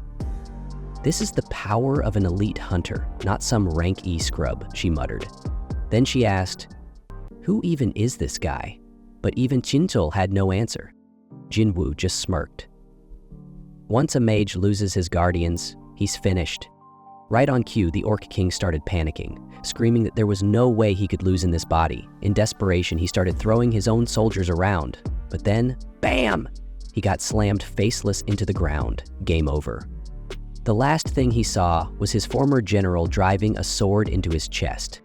And just like that, Jinwoo officially cleared the dungeon boss, earning a ton of XP and loot. Even though he soloed everything, he figured it wouldn't look great if he took all the loot for himself. But one thing he wasn't sharing, the boss's shadow. The crowd couldn't believe their eyes. That massive monster that had been terrifying everyone was now kneeling before Jinwoo. When it came time to name him, Jinwoo completely forgot the guy's actual name, so he just went with Tusk. Not only was this his first elite knight rank shadow soldier, but those superior orcs were way stronger than his usual summons. Jinwoo was so busy collecting shadows that he didn't even notice Inspector Wu standing right there. The second everyone snapped out of it, the questions started flying. But the chief quickly shut it down, saying that Hunter Sung Jinwoo's situation was top secret. He told everyone to keep quiet and made sure Jinwoo's exit was low-key. Before he could leave, Ki-hoon spoke up. He didn't ask why Jinwoo had been hiding his power. All he knew was that they were alive because of him. So he straight up thanked Jinwoo for saving his entire squad. One by one, the whole crew bowed their heads in gratitude. Jinwoo suddenly remembered, oh yeah, he still had to return that healer's journal. Meanwhile, Cha really wanted to talk to him, but before she could, a mage cut in. Vice Captain, why the pickaxe? Cha turned bright red, embarrassed. Do I look weird with this? She asked nervously. Back at the Hunters Guild HQ, Chairman Choi let out a deep sigh of relief. It all worked out. First, Jinwoo saved White Tiger, and now he saved them. But Choi still couldn't wrap his head around just how strong this kid really was. He turned to his assistant. Who do you think is stronger, him or me?" The assistant didn't even hesitate. "Sir, do you really think you could solo an A-rank dungeon like that?" Even Choi had to admit, no chance. Their next move was clear: do whatever it takes to recruit this kid. Later, at a cafe, Jinwoo met up with Jinyo and asked, "So, how'd the negotiations with your dad go?" Jinho explained that if he wanted to lead, he had to convince Jinwoo to join the guild first. Meanwhile, at the rank evaluation building, reporters swarmed in, waiting to interview some guy named Lee Min-soon. He was already flexing about becoming an A rank, but he had no idea what was coming for him. A huge crowd of reporters had gathered, eager to catch a glimpse of Lee Min-sung. Choi and Baek arrived at the scene, surprised by the overwhelming media presence. Curious about the situation, they tried to understand what was happening. The reporters, assuming they had come for Lee Min-sung, speculated that they were there to recruit him for their guild. However, Baek had never heard of Lee Min-sung before and quickly dismissed the idea, clarifying that they had no such plans. Choi, on the other hand, acknowledged that Lee had already signed with the Phoenix Guild, but mentioned that he had come for an entirely different reason. Disappointed by this, the reporters slowly began to leave. Turning back to Choi, Baek brought up the recent incident of an A-rank dungeon suddenly turning into an S-rank one, which must have caused serious problems. Choi agreed, admitting that while it was tough, the real trouble had fallen on the White Tiger Guild, which had sent unprepared A-rank hunters into the Red Gate. Their conversation soon shifted to Jinwoo, who had played a major role in handling the crisis. Both Choi and Baek strongly wanted to recruit him, which sparked a rivalry between them. Just as they were discussing this, someone interrupted with a joke, asking if they were fighting over Lee Min-sung instead. Annoyed, both Choi and Baek denied it. Meanwhile, Jinwoo arrived at the venue for his rank reassessment. Seeing the massive crowd, he wondered what was going on. Elsewhere, a group of Jinwoo's classmates watched Lee Min-sung's press conference on TV. As reporters began questioning him, Lee introduced himself formally, reading from a prepared script. He confidently announced that he had awakened as a hunter and would soon undergo his rank evaluation. He also stated that he would be working under Phoenix Guild's leader, Guildmaster Lim. One of the reporters asked if this meant he was quitting the entertainment industry to become a full-time hunter. Lee wasn't surprised by the question. He had already assumed he would be ranked as an A-rank hunter. Calmly, he explained that his contract with the guild was for 2 years, after which he planned to return to entertainment with a long list of accomplishments. He confidently declared that he was ready to risk his life in battle. While Lee continued speaking to the media, Jinwoo reached the entrance but was stopped by staff, who informed him that the press conference was still ongoing. Just then, Chairman Go arrived and ordered the guards to let Jinwoo inside, saying he was his guest. Turning to Lee, Chairman Go scolded him for holding a press conference after being told not to. Without waiting for a response, he led Jinwoo inside, leaving Lee fuming at the interruption. Trying to stay composed, Lee quickly apologized to the media and proceeded to his rank evaluation. However, when he reached the entrance, Chin-chol stopped him, informing him that another reassessment was already in progress and he would need to wait. Feeling entitled, Lee demanded to be let through, even threatening Chin-chol's job. But Chin-chol remained firm, warning him not to cause trouble. Lee was left speechless by the unexpected resistance. Inside the evaluation hall, Jinwoo passed by Baek and Choi, who were closely observing. Chairman Go explained that they were there to witness the results of a newly discovered S-rank hunter, the first in 2 years. Everyone was eager to see his strength. Jinwoo was taken to a private assessment room, where officials asked him to demonstrate his abilities. Calmly, he summoned a single shadow soldier. One of the examiners asked if this was his only ability. Jinwoo acknowledged the question, but hinted that he had far more power than what they had just seen. Recalling reports about Jinwoo's skills, Chairman Go encouraged him to reveal his full strength. Left with no other choice, Jinwoo summoned his entire army of shadow soldiers. The room fell silent as everyone watched in awe. Choi was the first to react, acknowledging that Jinwoo's magic was incredibly dangerous. Baek, overwhelmed, admitted that Jinwoo was now even stronger than him. Following this shocking display, Jinwoo's rank was officially reassessed, granting him the prestigious S-rank hunter title. Holding his new license, he couldn't hide his excitement. Now, he could sell the Spear of Avarice and buy the gear needed for his next challenge, the Demon Castle. Chairman Go congratulated him, recognizing his potential and expecting great things from him. As Jinwoo exited the assessment room, Baek and Choi, who had been waiting for him, rushed to congratulate him. Both tried to recruit him into their guilds, but Jinwoo showed little interest, stating that he had other matters to handle. Without another word, he left, only to be surrounded by a swarm of reporters. Meanwhile, Song saw the news and was shocked. She immediately told Gina, who was equally stunned to see her brother making headlines.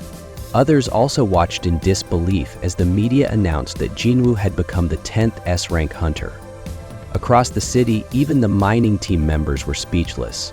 Watching from home, Juhi felt proud and happy for Jinwoo. At the venue, Jinwoo found himself surrounded by reporters, struggling to handle the flood of questions and flashing cameras. All attention was now on him, leaving Lee Min-sung completely overlooked. Meanwhile, Jinwoo was having a serious conversation with his father. He admitted that he had failed to persuade Jinwoo to reconsider his decision.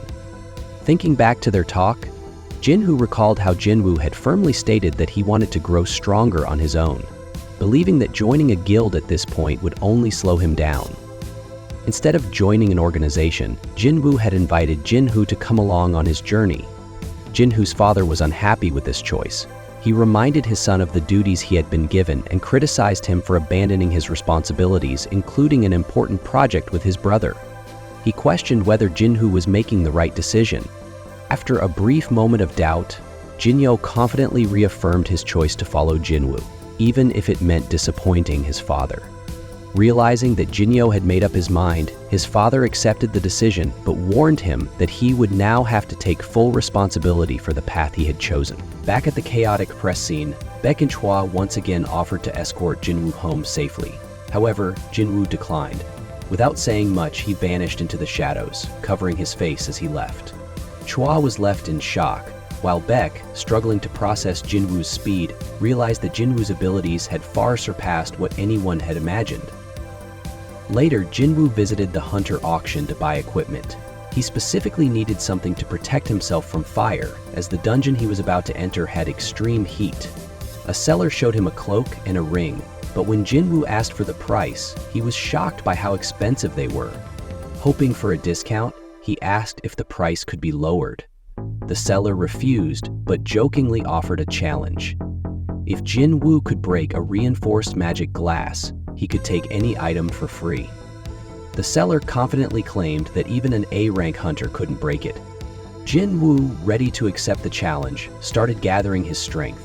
Just as he was about to strike, the seller panicked and quickly stopped him, admitting that he had only been joking.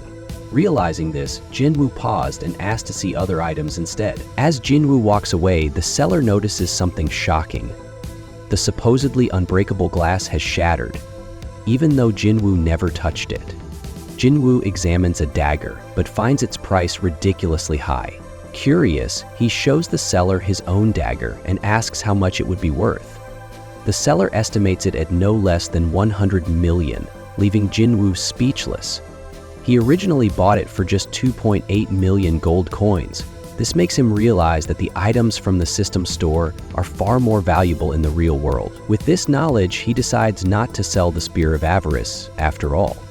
Before leaving, Jinwoo asks to use the washroom. Meanwhile, Baek is deep in thought about Jinwoo. He acknowledges Jinwoo's strength, but senses that something about him is different.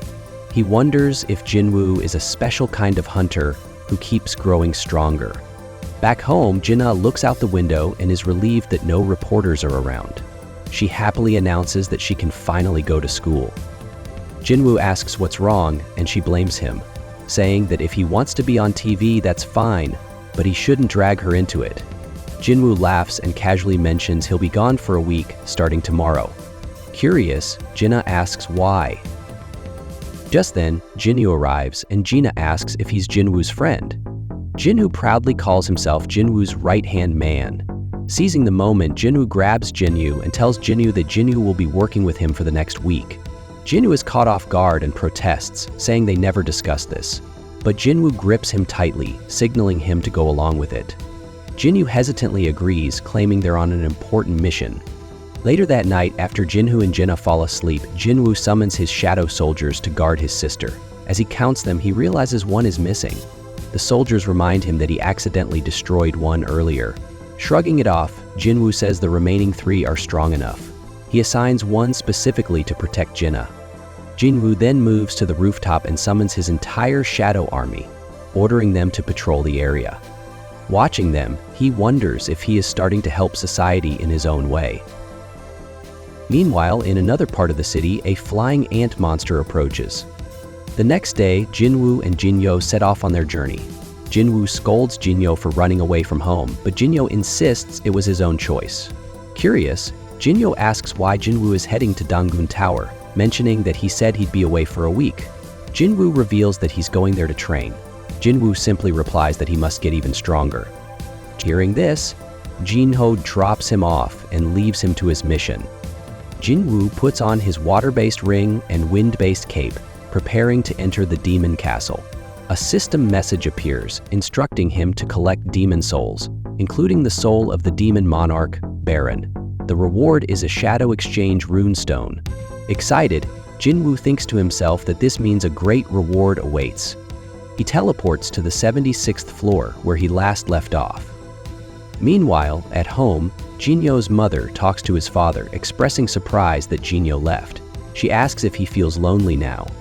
His father replies that he doesn't, but as he speaks, he suddenly collapses, unconscious. Jinyo's mother watches in horror. Back in the castle, a powerful demon appears. Jinwoo immediately prepares his spear and summons Fang, Tus, handing the spear to him. Fang's magical power surges and he unleashes a fire attack, reducing the demon to ashes in one strike. Surprised by Fang's strength, Jinwoo decides to let him keep the spear for now.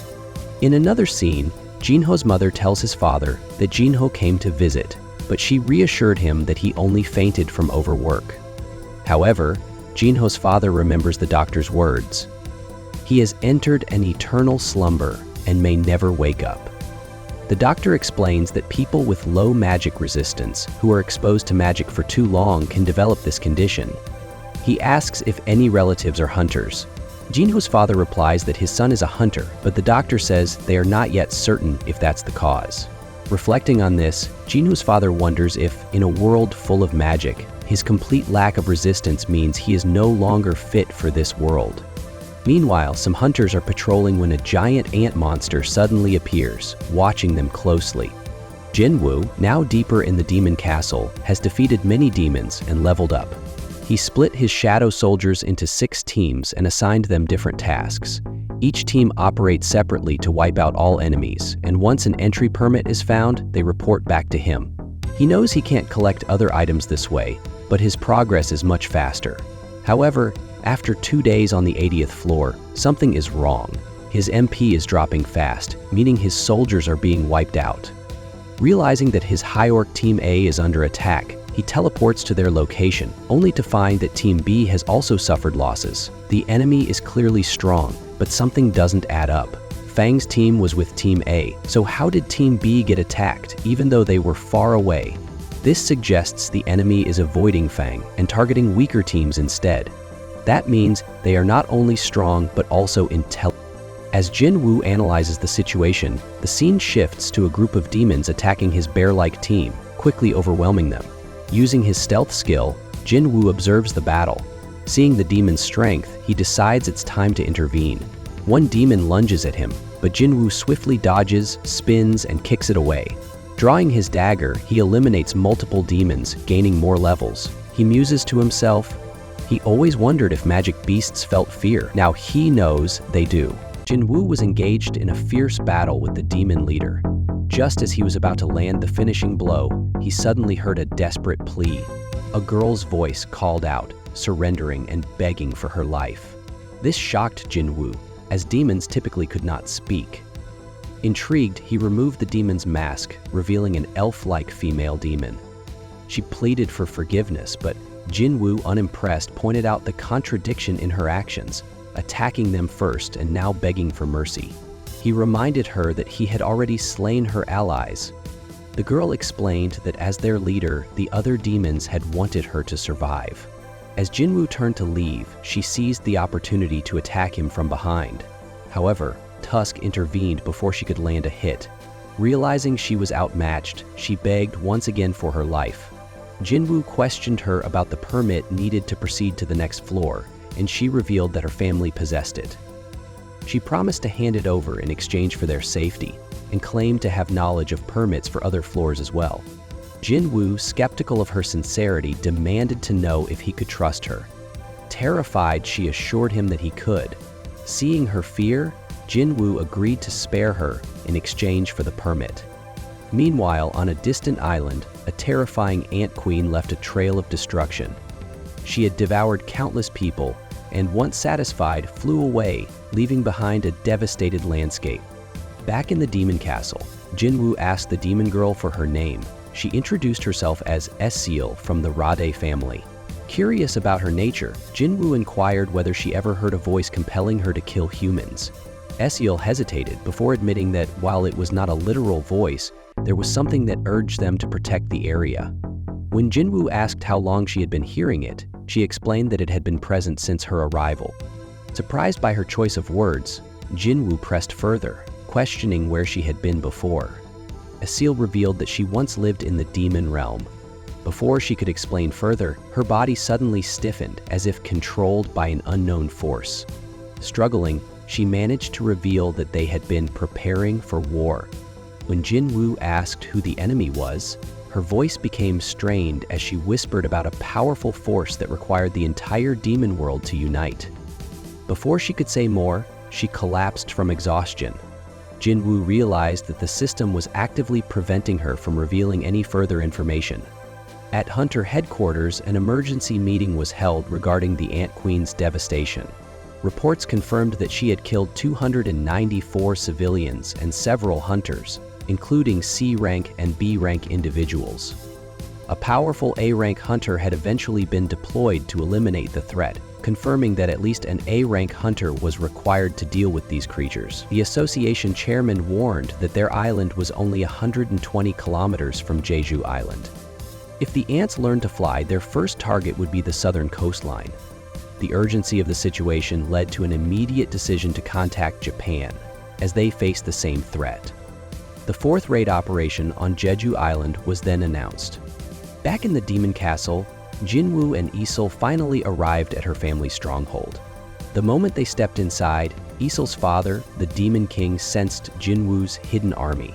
He immediately warned his daughter about the presence of numerous soldiers lurking in Jinwoo's shadow.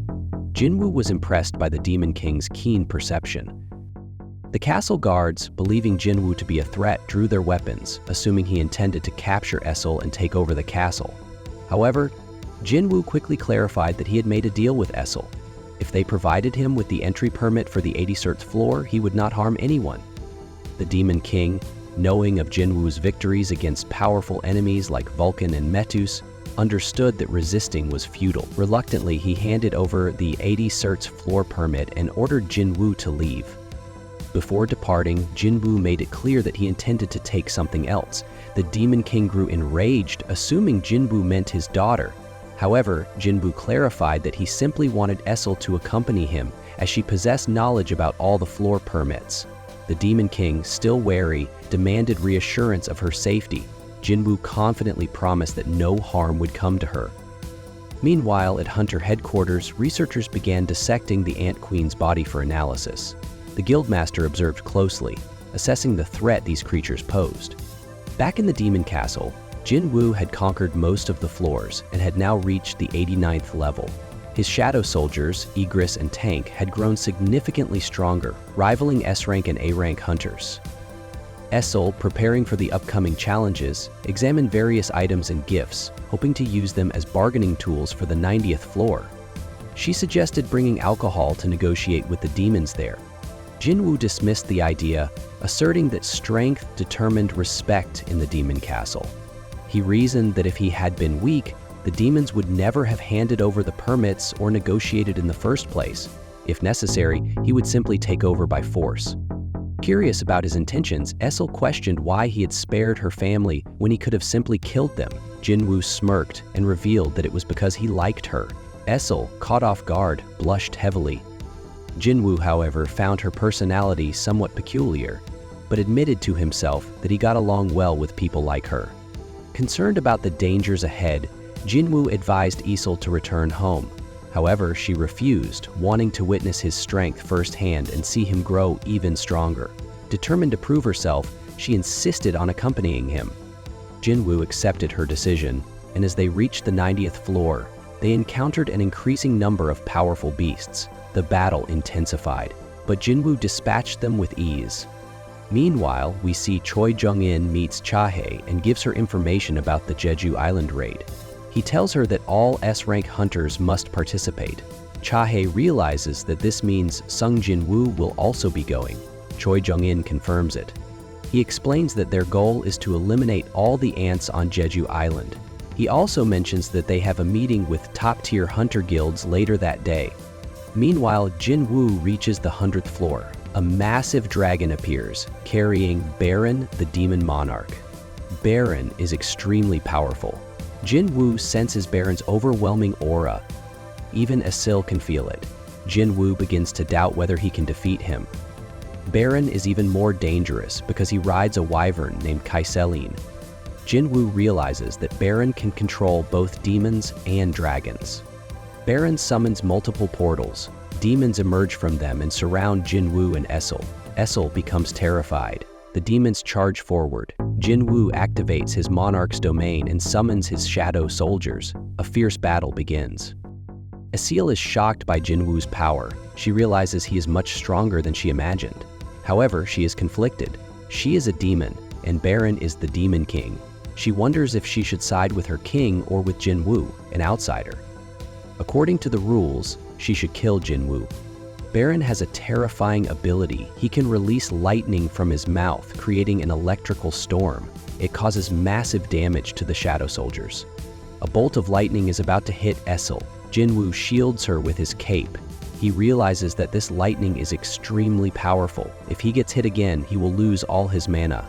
He decides to attack the wyvern's wings to bring Baran down. Jinwoo moves forward using his stealth mode. He plans to cut off the wyvern's wings. However, Baran predicts his attack and easily sees through it, even though Jinwoo is invisible. Baran then launches dangerous homing attacks that keep chasing Jinwoo. At that moment, Igris and Tusk try to help. Tusk creates a massive fireball with his orb, while Igris throws his sword to bring down the wyvern. However, they are both struck down, and Jinwoo falls to the ground. Finally, Baran also lands on the ground. Jinwoo smirks and says that it's a good thing Baran has come down, because watching from above for so long had made him really tired. Meanwhile, at the Hunter Association, the Drawn Sword Guild arrives. A woman named Hanekawa introduces Goto Ryuji, the guildmaster. Gogun-hee explains that Japan's largest guild has arrived. Their aura is intimidating. The guild consists of many S-rank hunters, making them one of the strongest in Asia. They begin discussing strategies for the Jeju Island raid. Hanekawa shares two key details about the ants. The first is their lifespan. Ants grow rapidly, but only live for a short time. If the queen is killed, all the ants will die soon after. The second is their attack pattern. In previous raids, they observed that ants always target the strongest hunters first. Using this information, they form a strategy. Japan's rank hunters will distract the ants, while South Korea's team will eliminate the queen. However, this plan is extremely risky. Thousands of ants will swarm the hunters. Goto Ryuji assures them that they can handle it. Back at the Demon Castle, Jinwoo and his shadow soldiers continue battling Baran. Baran's lightning attacks devastate the battlefield. Jinwoo struggles to recover his mana. Baran grabs Jinwoo by the head and lifts him off the ground, preparing to strike. At that moment, Igris and Taskarota intervene. They give Jinwoo a chance to regain control. Now, Jinwoo and Baran face off in a one-on-one fight. Baran pulls out two daggers.